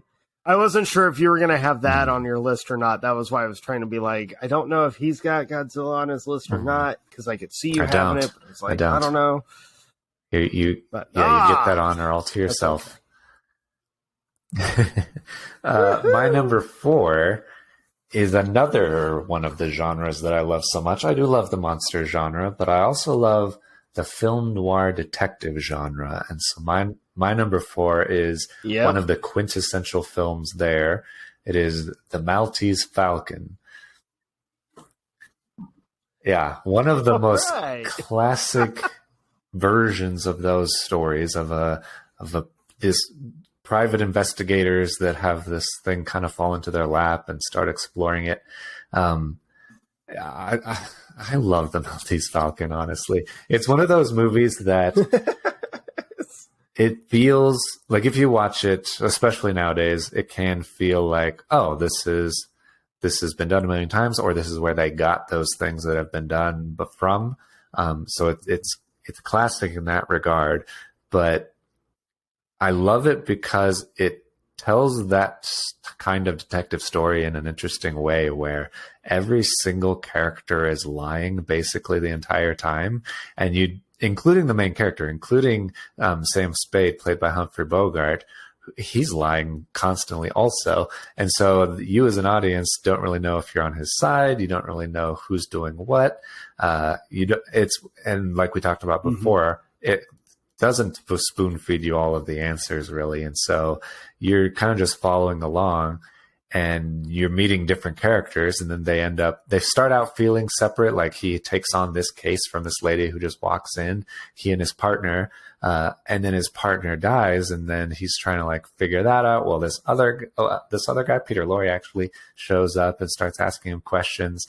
And so these different people in different cases kind of start overlapping, and he kind of gets just entangled in this big kind of conspiracy, I guess, for this thing, for this like mythical object, this Maltese Falcon that everybody's after. And because the Falcon, this like little blackbird statue, is so sought after and so like they've put a lot of value into it, and then it ends up being relatively simple. There's so much like meaning, I think, in this movie, and like symbolism, I guess, that you could take from it as far as what the Falcon represents to these different people. To some people, it just is a reflection of their greed. To Sam Spade, it's like his quest for truth and like all this stuff. And so I just love it. I love all of the different characters that show up and how they interact with each other. And there's laughs, there's like scary parts. And it's just one of those classic movies that I've loved forever and will always love. And I would love to like get an actual like Maltese Falcon black stone or whatever, just statue to like have in my movie room or something. It's just such a cool representation of an object kind of thing, and meaning behind it, you know? Yeah. I love when, and I'm a huge sucker for this. I mean, I've got hundreds of Funko Pops, but more than just those, one of my like favorite movie prop items is I have a Batarang, and it's from The Dark Knight. But I love it when movies come out and they hit you in such a way where like there is an object in the film and you're like, I would love to have just that little object. That way, like most people wouldn't even get it. They won't understand the context. Yeah. They wouldn't get anything from it. But every time I would see that, there'd be like a sense of pride or like a, and it carries a specific movies meaning to you, especially, which is cool. Yeah. I love it when movies do that. It's just, there's always like an extra added specialness or whatever to it. Meaning, personal connection, all that. Yeah, I'm a sucker for that shit, so. That's a great pick, man. Yeah, it's been a long time since I watched Maltese Falcon. Actually, it might not be that long. I think I may have watched it with my dad shortly before moving out of Colorado, but I can't remember correctly. Yeah. But that is a good one. See, you did it twice to me. Now I kind of want to watch that That's the funny thing about these episodes. It's like we spend the whole week preparing, or in this case, 2 weeks preparing and watching all these old movies. And then we do the episode and we bring up all these other movies and we're like, oh, it doesn't end here. I need to continue watching this subject. Right. That is always a fun thing. It's just because we have the top 10. I mean, I don't know about you. For me, I'll usually take a break from that subject or that genre or whatever for a little bit, but then I'll go right back to it. I usually have to take a break because I'm doing the next thing that we're going to do. Right. Well, luckily our next one is just a movie, so that'll be easier to dive into. Top 3. All right. Top 3. Holy crap. Okay. My number 3 is one of the most legitimately hilarious movies. And I can't believe audiences these days have seemed to have forgotten that it even exists or have never given it a shot, because it is witty. It's hilarious.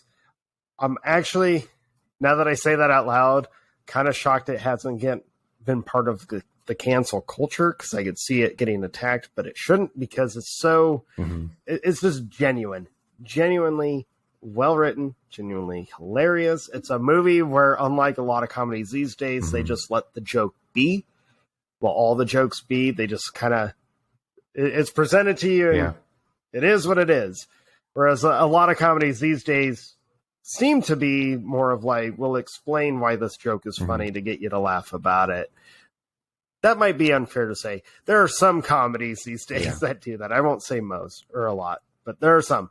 Anyways, my number 3 was from 1959. So it's Some Like It Hot with Marilyn Monroe and Jack Lemmon. Yeah. Lennon. It's just, oh my God, this movie.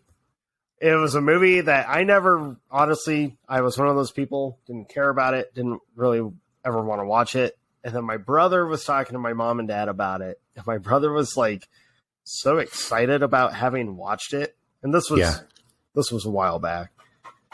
And he flat out said, stop, please.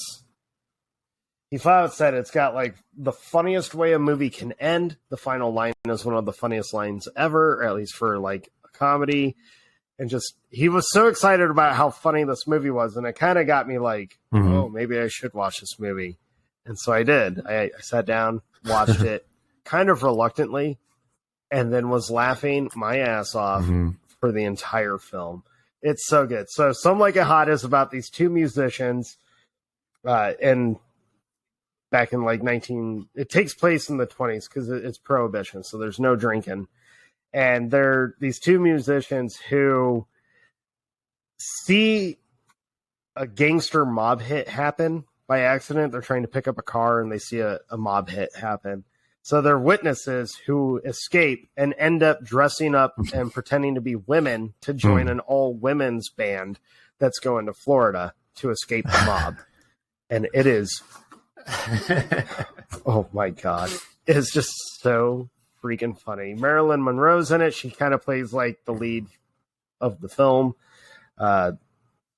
She's reading all the stuff about what she was like on set makes me not want to be a fan of hers at all, because she sounds like the biggest pain in the ass to have ever worked in Hollywood. But she's hilarious. She is, you just love watching her on screen. And I always have such a like, this is crazy to me that people have like kind of created this mythology of Marilyn Monroe. You know, she was and still kind of is defined as like this sounds bad, but like the sex symbol of Hollywood. Like she was the definition of sexy when it came to actresses and all this. She was not like the super thin. She wasn't kind of the cliche, what's the word I'm looking for? Yeah. I lost it. Superficial kind of mentality of what like sexy or like the hottest there is. She wasn't any of that, except that she happened to be blonde. Yeah. You know? But she's hilarious, and Jack Lemmon is so funny, and Tony Curtis is awesome. Yeah, Jack Lemmon and Tony Curtis are always hilarious. They're great.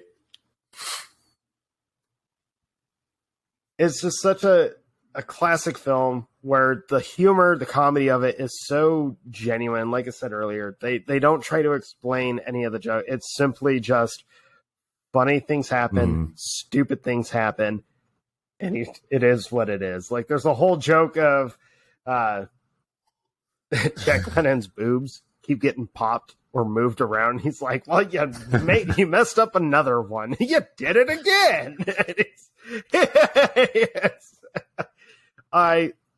It's such a joy to watch. It's one of those movies when I was rewatching it this week, I was like, I'm going to include this in my list of films where you could be in a bad mood. You could pop Some Like It Hot on, and you will be in a fantastic mood by the end of it. Because it makes you feel good. You laugh the whole time. It's a sweet film, and it's so well done. I love this movie so much. And it's one of those movies that makes you feel good to laugh.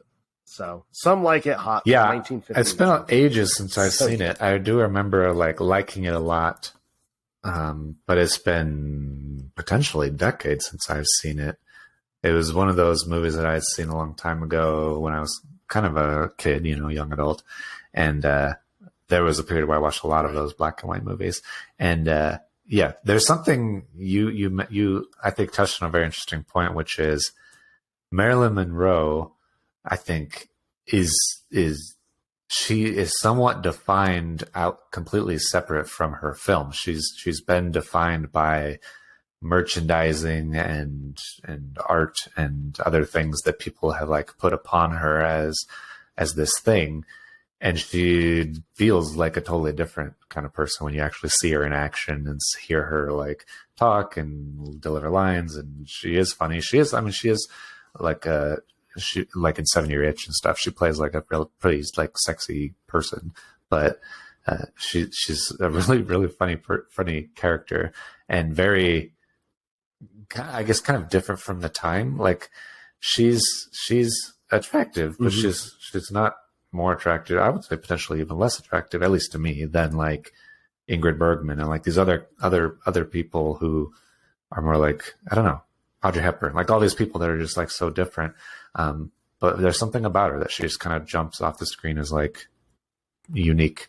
And so certainly worth checking out and seeing her like in her actual art that she made, and not like some poster that somebody just has up, or like some girl who likes her fashion sense and aesthetic and has like a bag with her on it, you know?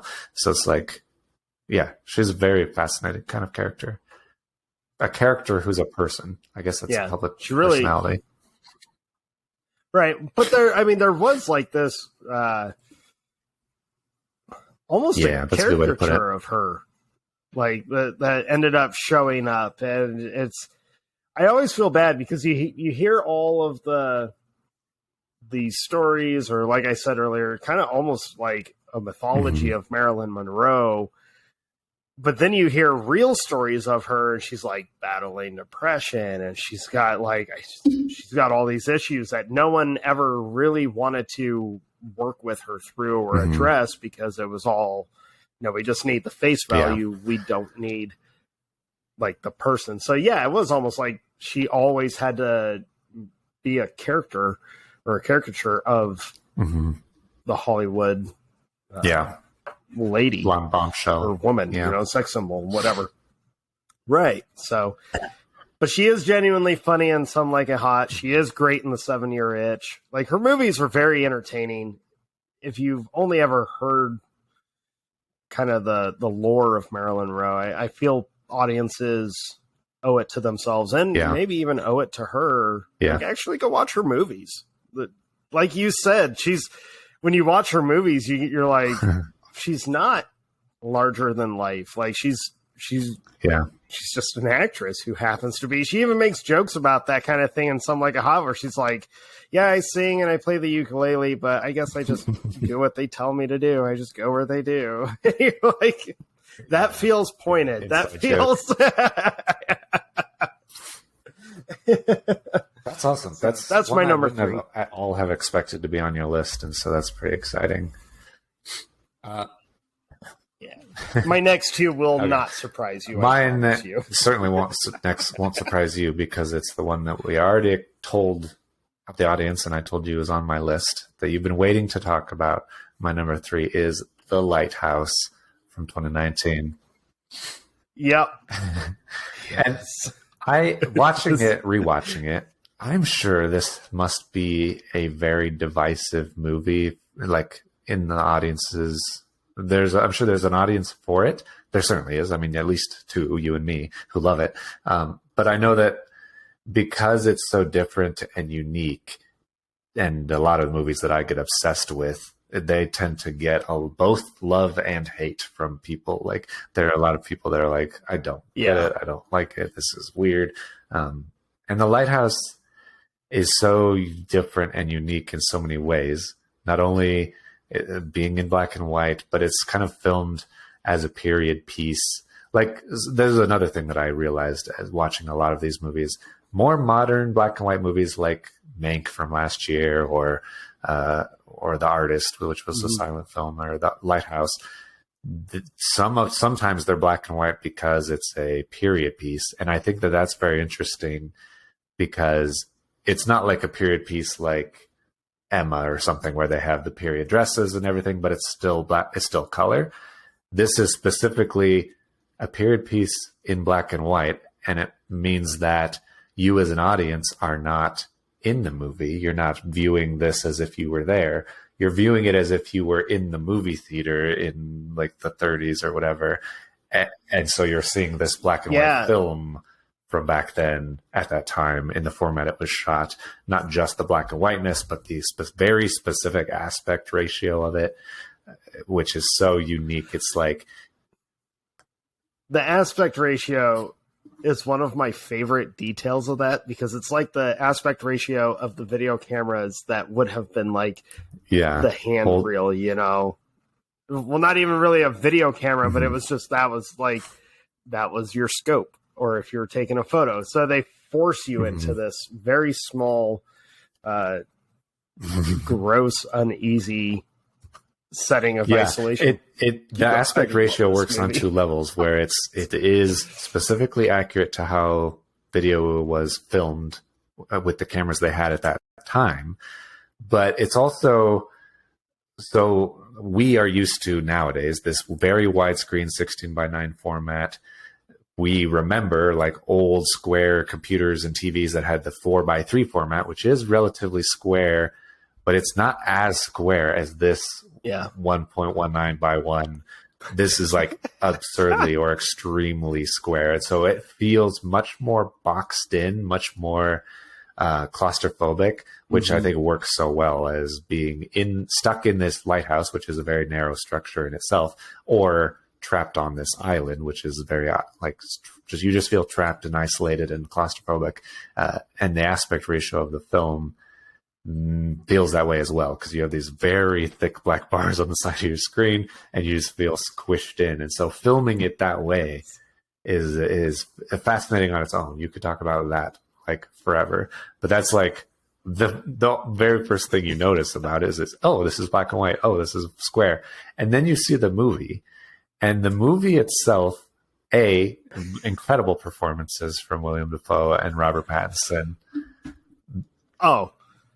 Couple of my all-time favorites, man. I love those characters so much. Such an incredible, like the way that they deliver this story is my favorite. It's slow, it's drawn out. It's very much like those old 30s, 40s, 50s movies that takes its time to get anywhere. And then when things start like kind of popping off and happening, it gets so crazy. Like this movie, I just became obsessed with this movie when I saw it. It's just so fascinating. And it kind of scratches a personal itch that I have. I love those like pre-1900 nautical ship based things, like their outfits, their language, their lore, but with like Poseidon and Davy Jones and the mermaids and all this stuff. And it captures all of it so completely and perfectly. And then and the way that they like deliver their dialogue. This is definitely a movie that benefits from having subtitles. I think that they should have probably had subtitles in the theaters, because it's like you need to see it a couple of times before you really even know what they're talking about.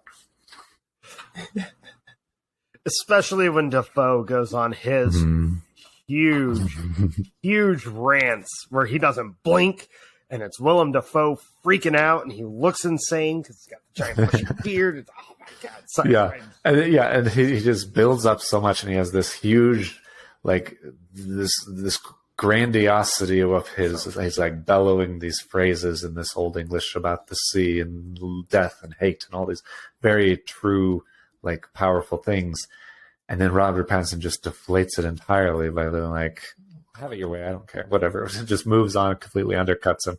And so their conflict and their like, I just love everything about how they talk to each other and what they say to each other, and the story of their insanity as they start to like, as time goes on, and then you get to the point where you don't really know how much time has even passed, and Robert Pattinson sees some incredible things between like mermaids and tentacles and monsters and his conflict with birds, like the seagulls. It's just like, it's such an incredible movie. And it's one of those movies, and I've mentioned this before, that this has happened where I had a relatively very recent movie very high on my list.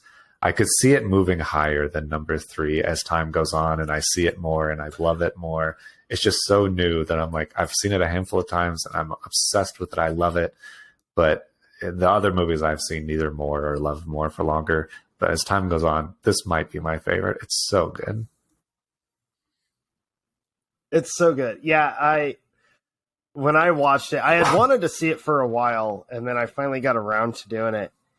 And it was like, that first viewing, I couldn't look away because it's so different than every movie I've ever watched. So different. And then that I've watched it more. I like you said earlier, like it's one of those movies that just it got under my skin, and I became obsessed with this movie. Like, just oh my god, trying to find so my daughter's bathroom is all decorated and like mermaids and stuff. Every time I found a mermaid thing for her, I thought of the lighthouse. I was like, oh, don't think of the lighthouse. Yeah, you're gonna get obsessed with that little figurine. Right. Oh no, let's not get obsessed with the figurine.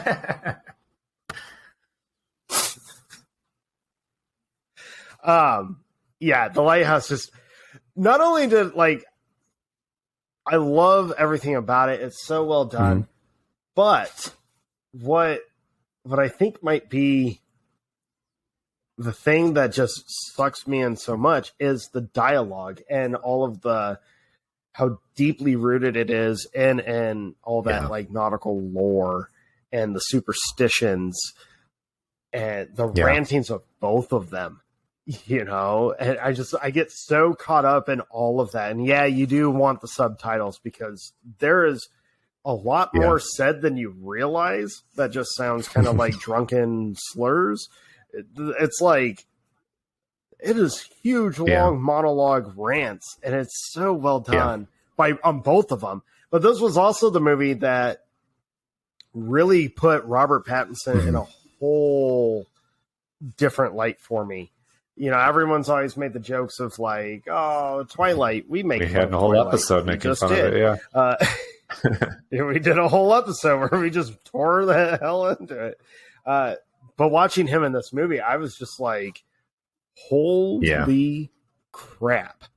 Where has this dude been? And then going back and watching his independent films, and I realized I'm going to be a huge fan of this dude's. I can't believe I'm going to be a massive fan of the Sparkling Vampire, but post that because those suck. These are this is his wheelhouse. These crazed characters. This is where he's going to shine, and he's going to be. Can't wait! I'm so excited. Great. But the Lighthouse also does something. One of my favorite things, where it gives you the beginning. So they show up on the island at this lighthouse. Willem Dafoe gives him his duties. It's like, you're kind of my bitch. You're going to have to do what I say. But then they don't tell you how much time has actually gone.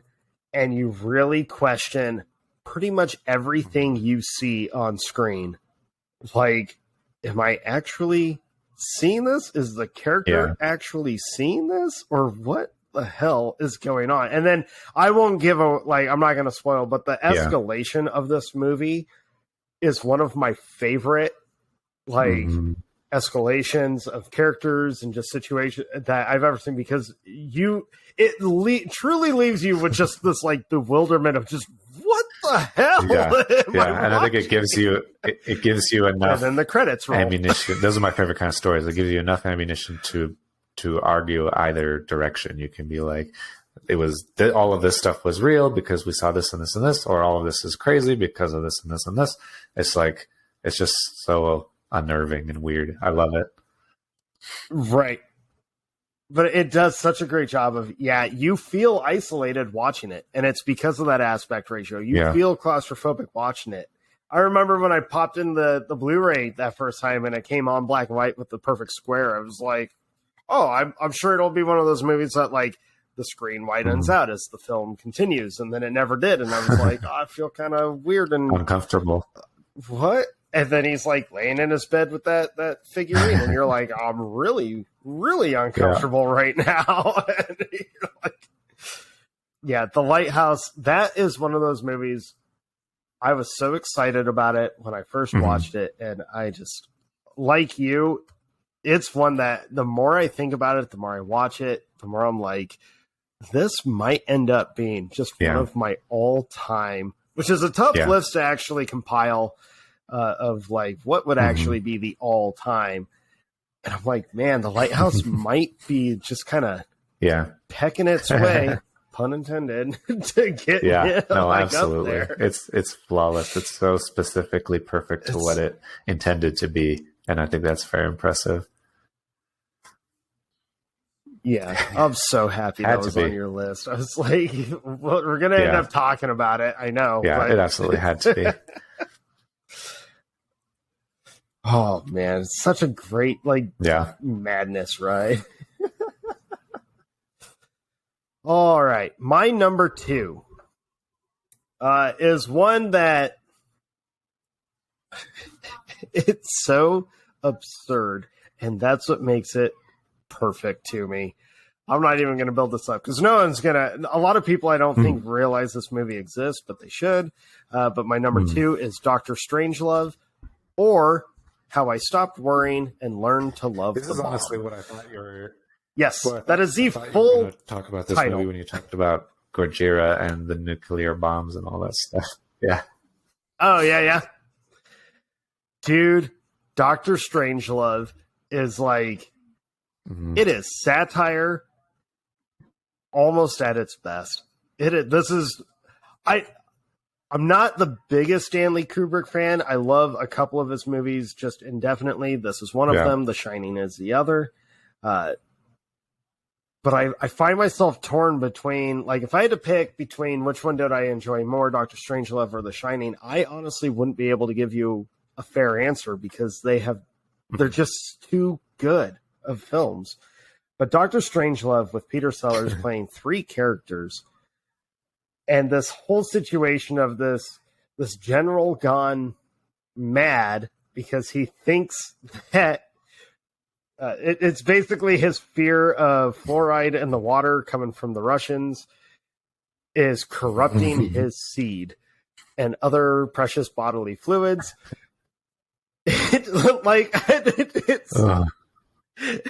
The whole situation in the war room. I love George C. Scott in this movie. I think this is my favorite George C. Scott role, although Patton is the one everyone knows him for and loves him for. Amazing, yes.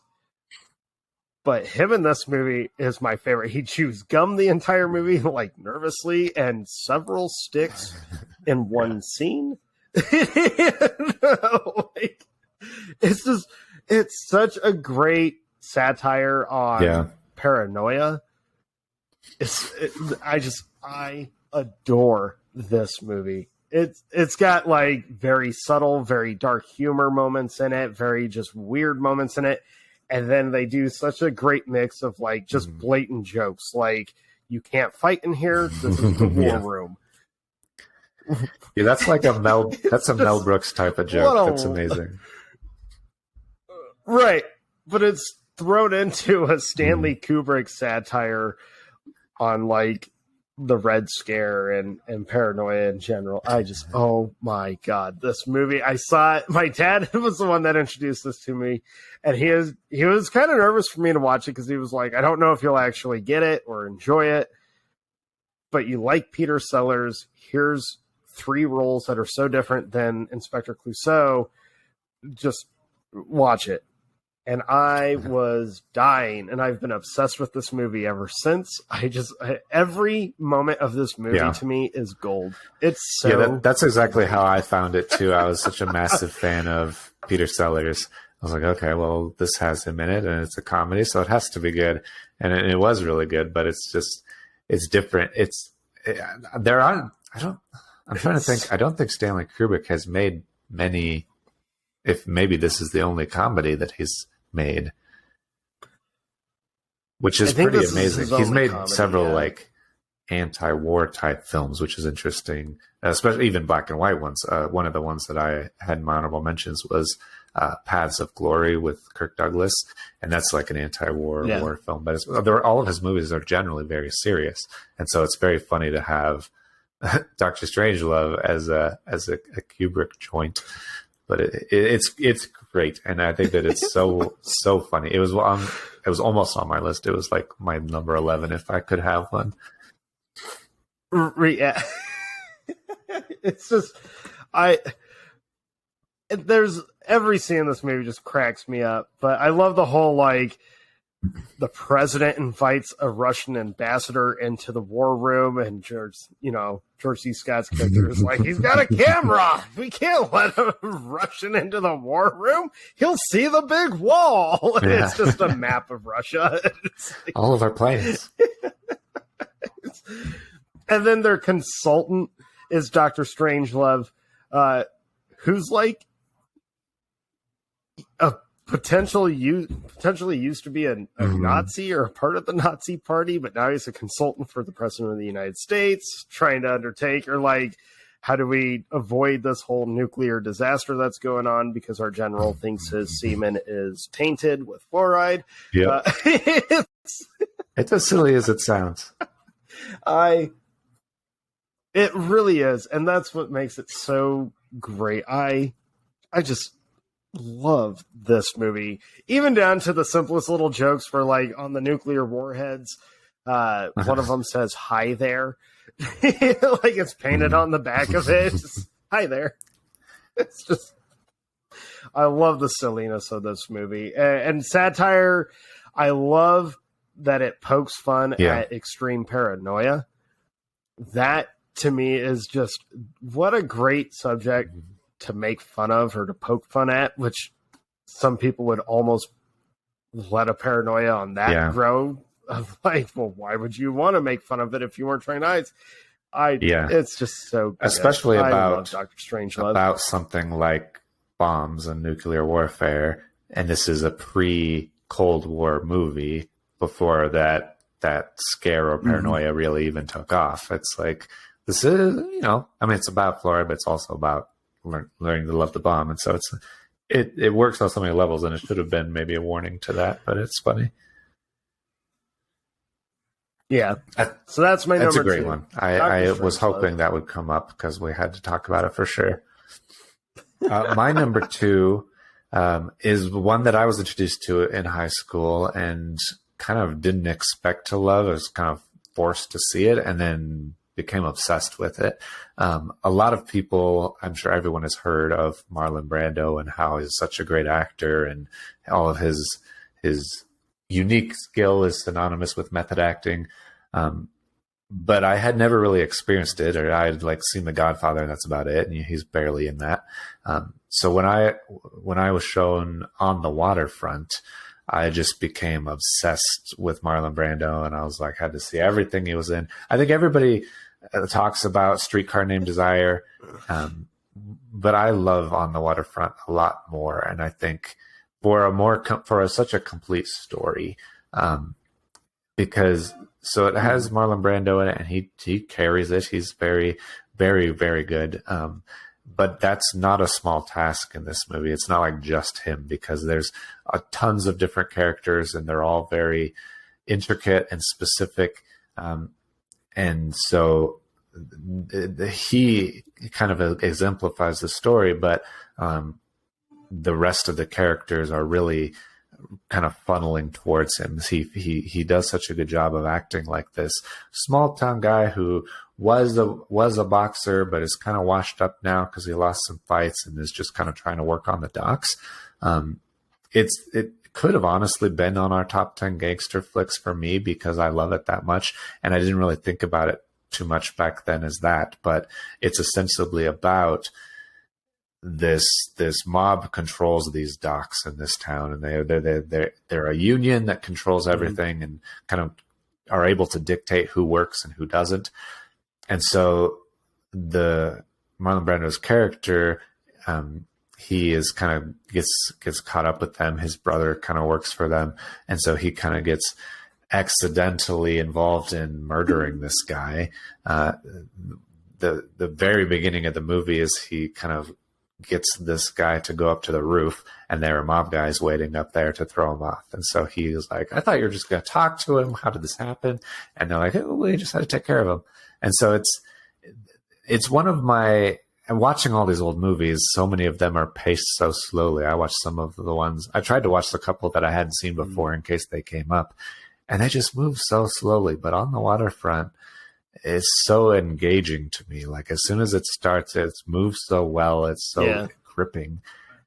And I think part of that is just the way that the characters interact with each other. So Marlon Brando is one.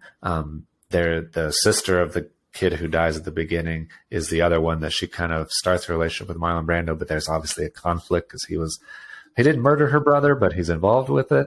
Just a little bit. And then my favorite character or favorite representation of this archetype is this priest. There's a priest played by Carl Malden, and it's my favorite representation of a priest in any movie because he's so specific and steadfast. He's not like dogmatic in the sense that he's like trying to convince people to become like join the Catholic Church or whatever, but he's so morally steadfast against the mob that he's like anybody who's like has any sort of interaction and is like feeling like they want to speak out or help with the police investigation, he's like, I'll help you, I'll stand behind you, like let's go, let's do this.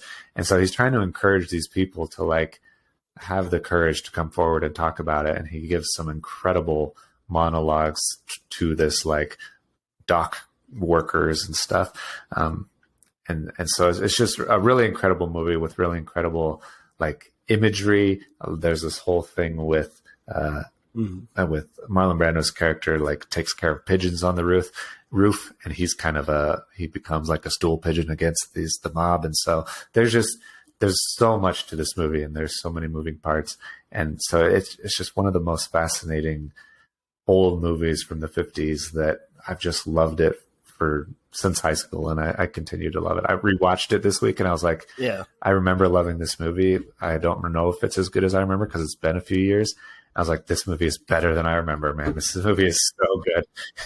Yeah, I so love it. Yeah, that was one of the like staple films that I saw when I was younger with my father, my dad. So Marlon Brando, honestly, I don't remember actually ever watching Streetcar Named Desire, but I do remember watching On the Waterfront, and then they're not black and white, but like he's got a movie called The Formula, which is so good. But Marlon Brando, I mean, obviously The Godfather is like the Marlon Brando film that people know him for, even though he's not in a lot of it. But yeah, On the Waterfront. Yeah. That's a good one. That's a classic one. I haven't watched it for a lot. Actually, I don't remember the last time I watched that one. But it's always one like I'll see a blip of it, or it'll show up on like a suggested viewing, and it's always one that I'm like, yeah, I should watch that again because I remember it being really, really interesting and really, really good.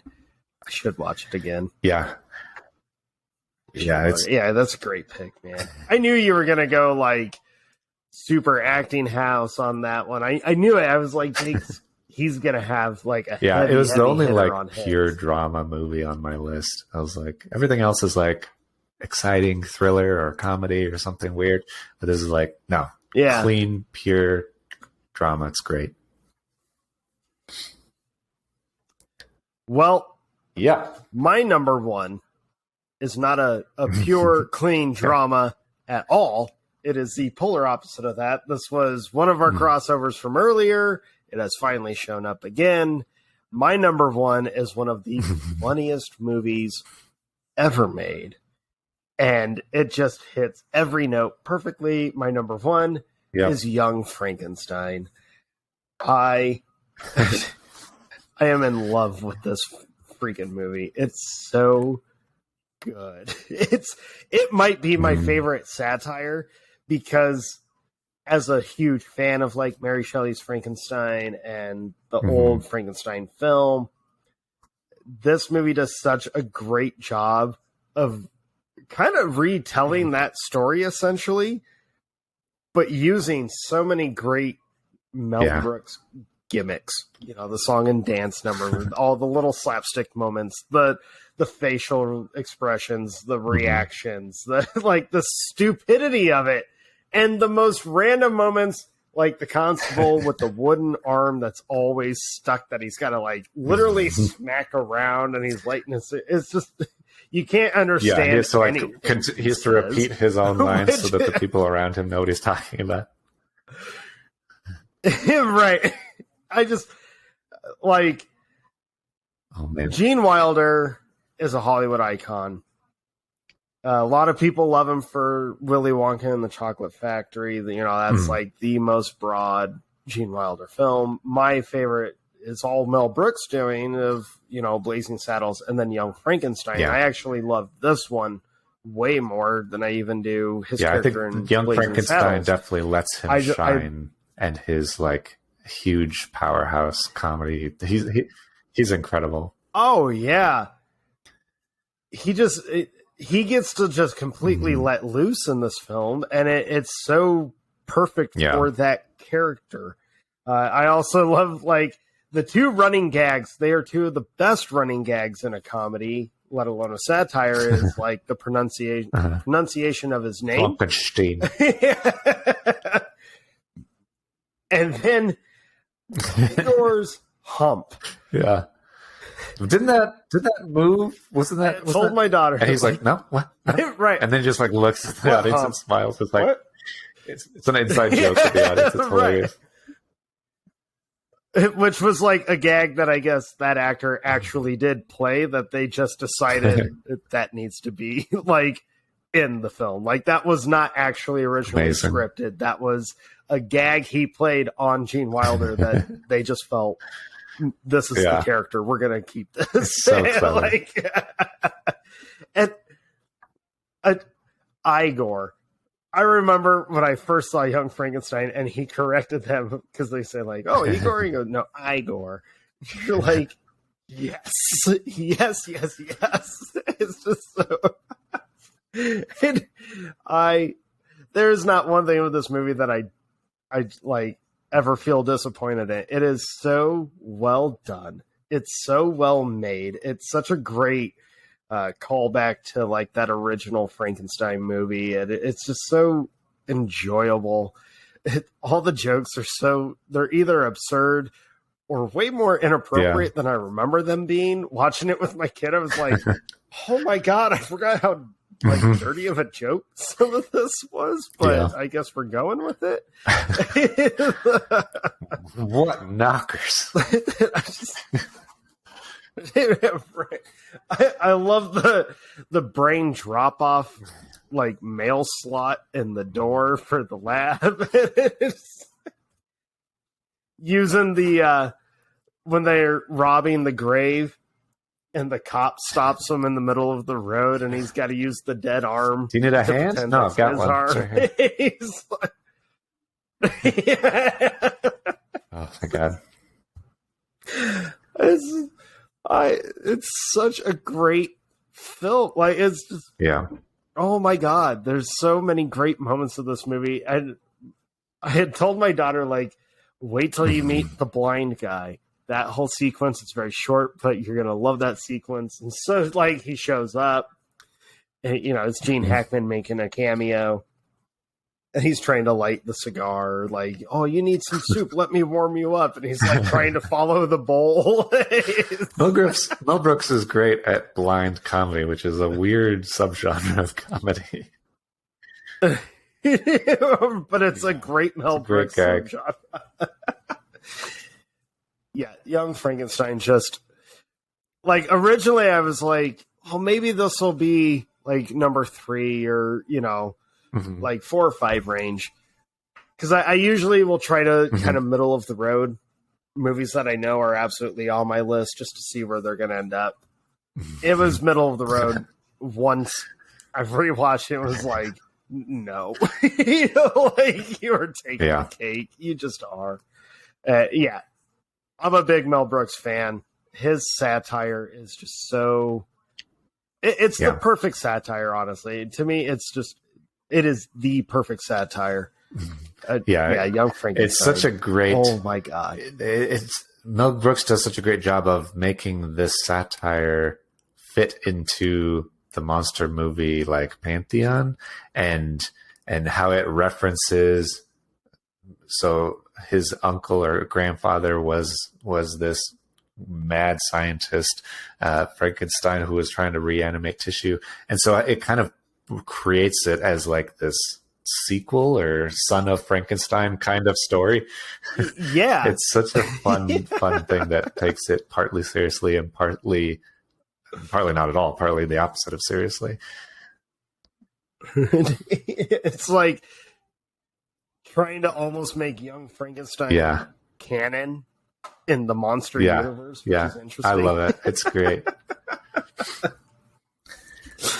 Okay. But, yeah. So that's your top 10. That's our top 10. I haven't Black said and mine white yet. movies. God. Oh, yeah. You still have one. I'm sorry. Fine, I guess I'll just go home. Sorry. I know. I got so it's caught appropriate that both of our number one picks are comedies, I think. My number one is a comedy as well. And it's one that I think is super obscure. I don't think anybody would expect this to be a number one on anybody's list, but it's very much my personal favorite black and white, especially comedy of all time. So, and especially for fans of Steve Martin, I think that you should check it out. It's called Dead Men Don't Wear Plaid, which is a very silly title. It's such a bizarre and obscure movie. So on the surface, it's a film noir detective story, very much influenced by The Maltese Falcon, things like that. But it's full of great jokes and it's hilarious just kind of on its own. So it tells the story of Steve Martin's character, who's a detective, and he takes on a case, and it's very kind of paint by numbers detective story. And they drop little very Steve Martin-y jokes in there along the way.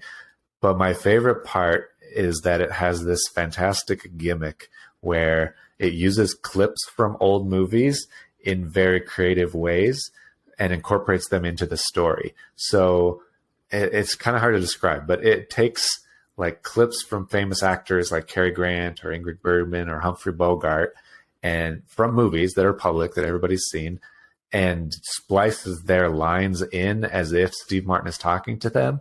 And so Steve Martin is filmed in black and white, and he's sometimes superimposed into their scene, or sometimes it's just a reverse shot trick that happens. So they filmed Steve Martin in black and white, and then they cut to Humphrey Bogart in black and white, and they act as if they're talking to each other. And it's like, it's so funny, and it's so creative how it's written. So in order for those things to even make sense or seem like they're all part of the same conversation, they need to they have Steve Martin set up some detail in his conversation with them, like, oh, you need to wear a tie or something. And then Humphrey Bogart will show up and he has this shirt button but no tie, and Steve Martin's like, I hate when you wear your shirt like that without a tie. Take this tie. And so it's just so absolutely creative in the way that it ties these movies together or uses them completely out of context, but recreates their context. It's so weird and so specific and clever. So I just love it. And because I love these old movies and I get some of the references, I've seen Notorious with Ingrid Bergman and Cary Grant. And so when that scene shows up and he's talking to her and he's pretending to crash her party and she's responding to him, but she's been dead for decades, and this can't possibly be. It's such a weird story. And it's so funny. It's a really funny comedy. Just that gimmick is the cherry on top. And I love those references or mashups or whatever you want to call them. But it's so funny. And so also to make that work, I was watching it this week and I didn't really fully appreciate, I think I subconsciously appreciated what that takes to do, but I was actively paying attention this time. And it's more than just, making the scenes we're filming now, make those black and white and we'll put them together. It's not that simple. There's so many details about lighting and costuming and backgrounds and props and things that need to be recreated from this old movie just to make it look like it'll match up when they put the two things together. And it really makes you just appreciate the full movie. And so I think for that reason, I moved it further up, because every single part of the movie making process was done in a great way to feed the joke, basically, to make the jokes work so well and to make it feel seamless And so it's such an interesting and unique movie, and I love it. I've loved it forever, and I continue to love it. It's the best. I'm not gonna lie. I've You will actually love it. Never watched. You will love it. that It's movie. so funny. I know you like Steve Martin's kind of humor, and it has So kind of like Young Frankenstein. Yes, Kind of like Young I love Frankenstein. Steve It has Martin. some like I forgot there were some adult jokes in it, but it's really funny. Yeah. You'll check it out. You'll check it out, and you'll let me know what you think. Yeah, it's one of those Steve Martin movies where like I've seen it everywhere and I've always wanted to watch it, and then I've just never sat down to watch it. And I'm always like, I should watch that. I think I found watch it this randomly in like a $1 bin or something on DVD. I mean, I think it was like a combination pack of like, here are a handful of movies that are not his big movies, his smaller movies. I was like, this is incredible. I can't believe they're basically giving this movie away. It's so good. Yeah, I'm gonna have to watch that. So that's our top 10. Man. That's our top 10. That's our top 10. Sorry. I got so It's excited understandable. about Young Frankenstein that I totally That's all right. neglected I'm you. used to it. So yeah, let us know what your top 10 or even top 1, whatever. Let us know what black and white movies we may have missed, which ones of ours you like, which ones you disagree with. You can find us on Facebook and Instagram at Movie Boners. Did you see that freaking TikTok took down?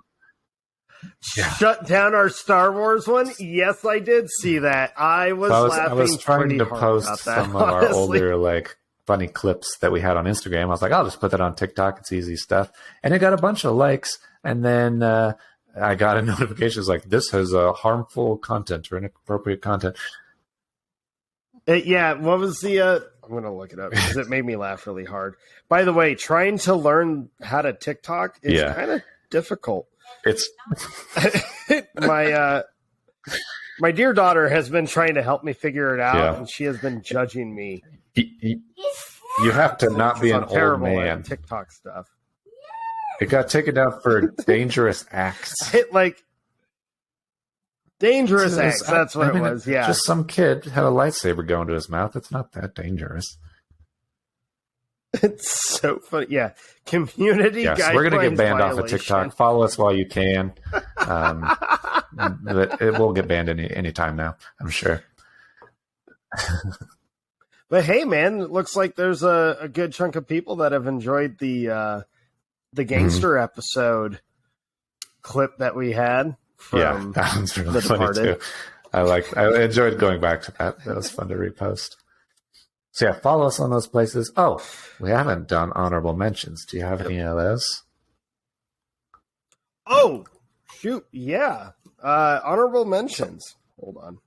Now I got to try and not mess up my TikTok. Okay. So for my honorable mentions, I kind of already TikTok mentioned High Noon. That's a great Western. There's a movie that like kind of I remember blowing me away. I didn't get around to rewatching it, but I remember it blowing me away when I first saw it. It's called The Picture of Dorian Gray. It's from 1945, and it's about the legend Dorian Gray from The League of Extraordinary Gentlemen, one of your favorite movies. Well, he's not from People that. these days he had know his it from own that. story. Okay. Yeah, he has his own story. This is basically that story about he gets immortality from this painting. And I don't want to spoil the movie, but it's an incredible black and white movie. And when you see the painting, it just blew my mind at the very end. So watch The Picture of Dorian Gray. It's a really great old movie. Mr. Smith Goes to Washington, we mentioned in our political episode. Classic, incredible, especially nowadays. People need to watch it and understand it. I didn't have any Audrey Hepburn movies on my list, but I love Roman Holiday. I love Sabrina. I love her. I love Audrey Hepburn. She's amazing. Yep. Yeah. Yeah. Just go watch Audrey Hepburn. Just all around watch And, Audrey Hepburn. If you like the Maltese Falcon and Humphrey Bogart PI movies, The Big Sleep is also great. It's with him and his wife, Lauren Bacall, real life wife. It's great. And I think that's it. I haven't watched Seven Samurai. I really need to watch it. I've heard it's amazing. I meant to watch it, and so Yeah. I need to get around to it. Yeah. I'm gonna go with for Darren Aronofsky fans or just fans of movies that leave you very confussed. I will never not laugh at saying it that way. The movie Pi. That movie is a trip into numerology and mathematics and obsession and paranoia. Crazy that was black freaking and white. movie. It's a head trip. Also, Ed Wood. It's the movie about the filmmaker who, for the longest time, was labeled, might still be labeled as the worst filmmaker of all time in Hollywood. He made one of my, it wasn't on my top 10, but it was an honorable mention. He made what was called the worst film ever made, which is Plan 9 from Outer Space. It's freaking hilarious. Go watch it. This movie is about the production of that movie. And then I didn't bring up Psycho because that was on my thriller list already, so I was trying really hard not to repeat. But I this would have been like number 11, honestly. I really wanted this on my list. Now, I know I always say that werewolves are like my favorite like monsters in general, but the Wolfman is not my favorite Universal monster movie. That actually, you need to watch The Invisible Man, that original one. It is so good. Like, genuinely, what a film. The practical so effects good. in So it are highly great. recommend that. That's are mind-blowing. Mind-blowing. So, honorable mention. I really wanted that on my list, but I just I respect M so much that I couldn't nudge M off of that list. So, yeah, we did it. A top 10 episode. All right. Woo-hoo. So next week we are diving into a single film. We're going to do a little deep dive, transition back to the there's only world one of way to do color. In a very literal sense, we're going to enjoy the movie. We thought it would be extremely appropriate to go from black and white back to color with Pleasantville, which basically does that exact thing. Yeah. So hopefully you've seen it. If you haven't, please go watch it. It's a go watch Pleasantville. It's low key incredible. It's one of those movies that it has a lot to it, and kind of surprisingly, what you wouldn't expect. Yeah, I feel like next week's discussion will probably be a little more in depth, or like not in depth, obviously, but probably a little more hard hitting with some social topics, thanks to Pleasantville. So that'll be fun to get into. And All right. Hit us up. Try to tell TikTok that they're dumb for shutting our video down. I'm sure the more people that follow us and like it, the less there'll be like, oh, people don't like this, stop doing it. So that would help if you gave us a follow. Yeah. And right. That's that. We'll see you next week. Yeah. Cool. Talk to you later. Have a good one, guys.